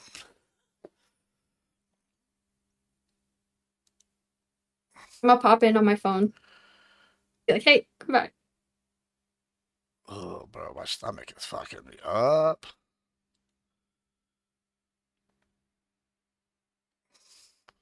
Hey, Gibbs? Kel, can you move? Take Pentuple out of the stream together? Because you're the leader, Yeah. and Why? he's like talking in there, and I don't think he knows it because he ended already. No leeching. No leeching. Well, no. He's already raided me, but he's like talking in the background and shit, and I don't want him to like I don't know, leak some shit or something on. I get like say something like if we accidentally unmuted or some shit. He already raided in this room. I don't know how to do it. One time, the Lord God was like, "Woo, I need to step aside." Tell you just go to the thing, and then there's going to be an option. You have 3 dots. You should be able to click it. It says it'll be like kick from room. Like super. I wouldn't say aware, but not like really. There you go. I hear grid. Where's Kel? What's up, Kel? Do you have cat ears on? Oh, what the fuck do I look like? A faggot? Okay, God, my that. When you turned your head, it's just the way the camera looked. It was like ears. I was like, what the hell? Meow. No meow. Why are you on a phone and not on your camera? I was gonna tell you to come to Gibbs, but I didn't know you had a whole posse. So now I'm like, fuck, I'll make my way over there. Fuck. I mean, Yeah, we got the whole we got it all going on over here. We got EB3. He's in England. We've got Norwegian Dan. Shockingly, he's in Norway, and we have Alabama, the Israel tribe up there. That's Anson Knowles. this is the most immigrants I've ever seen you around. This is Damn. like so progressive of you. Love it. Yeah, I'm an Alabama immigrant. My nation has been subjected by the Union. God. Oh, good God. I'm so. Picture it didn't happen, Kissy Cat. Picture it doesn't. It didn't happen. Yeah. Okay, boomers. I'll be there right there.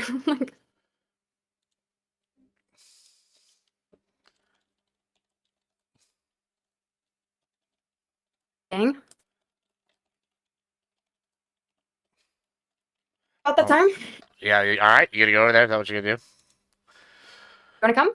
No, I'm gonna do what I wanted to do originally. We're gonna break out this NCAA. That's about to go fucking down, bro.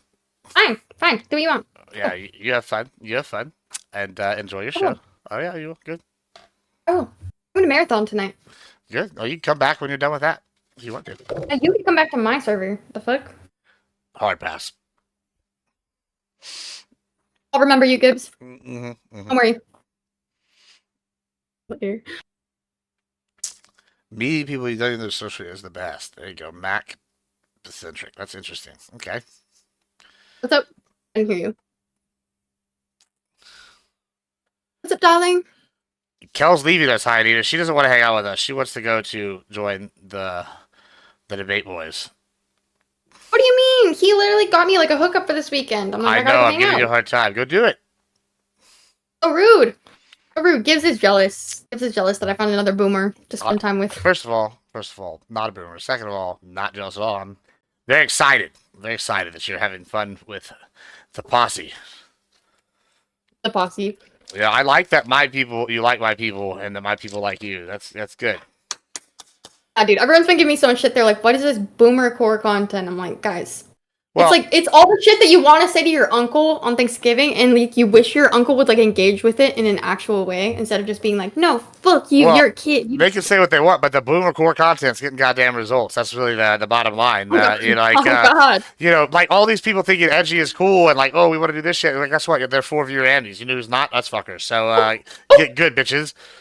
And he got him. Ladies and gentlemen, we got him. Yeah, get good, bitches. That's what I'm saying. Ooh, a gastrodon. I'm gonna have to hang up in it. I almost wanted to listen to Alien Charlie and them stay on the. All right, you be good. Money and gain. I know, me too. But also not at all. I'll see you soon. Investment capital firms that are, believing in stakeholder. Who have the best winning percentage here at Smosh. No, stop. Here at the end of the table, we have Trevor. Oh, I love Trevor. I love all of them right now. This is a great cast. We have Angela. I don't know what that is. So, Angela, we accidentally put you in the losers episode of Jeopardy. That was a mistake. That was a clerical error on our part. Specifically, the reason you three are here is you have all lost the most episodes of Jeopardy. What? Out of every cast member? You're our biggest losers. you actually have a good winning percentage, and you do belong here. Make it right. Make it right. All right, buddy. Hey, should we be cringe and put fucking partner push in the fucking title?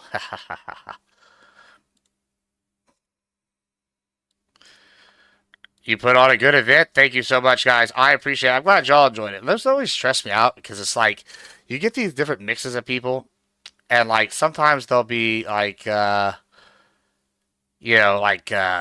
just you get like different groups of like types of people, and then like, they don't interact well. I knew that Fabian and them were gonna like not get along with. I knew Fabian wasn't gonna get along with Kel. But that was kind of, it's okay. She just needs to practice. I mean, we'll get her some, I'll help her out. I think there's some like easy fixes for some of the stuff she was doing that'll make her immediately a better like debater for these spaces. Like, I think people get really annoyed whenever they can't get the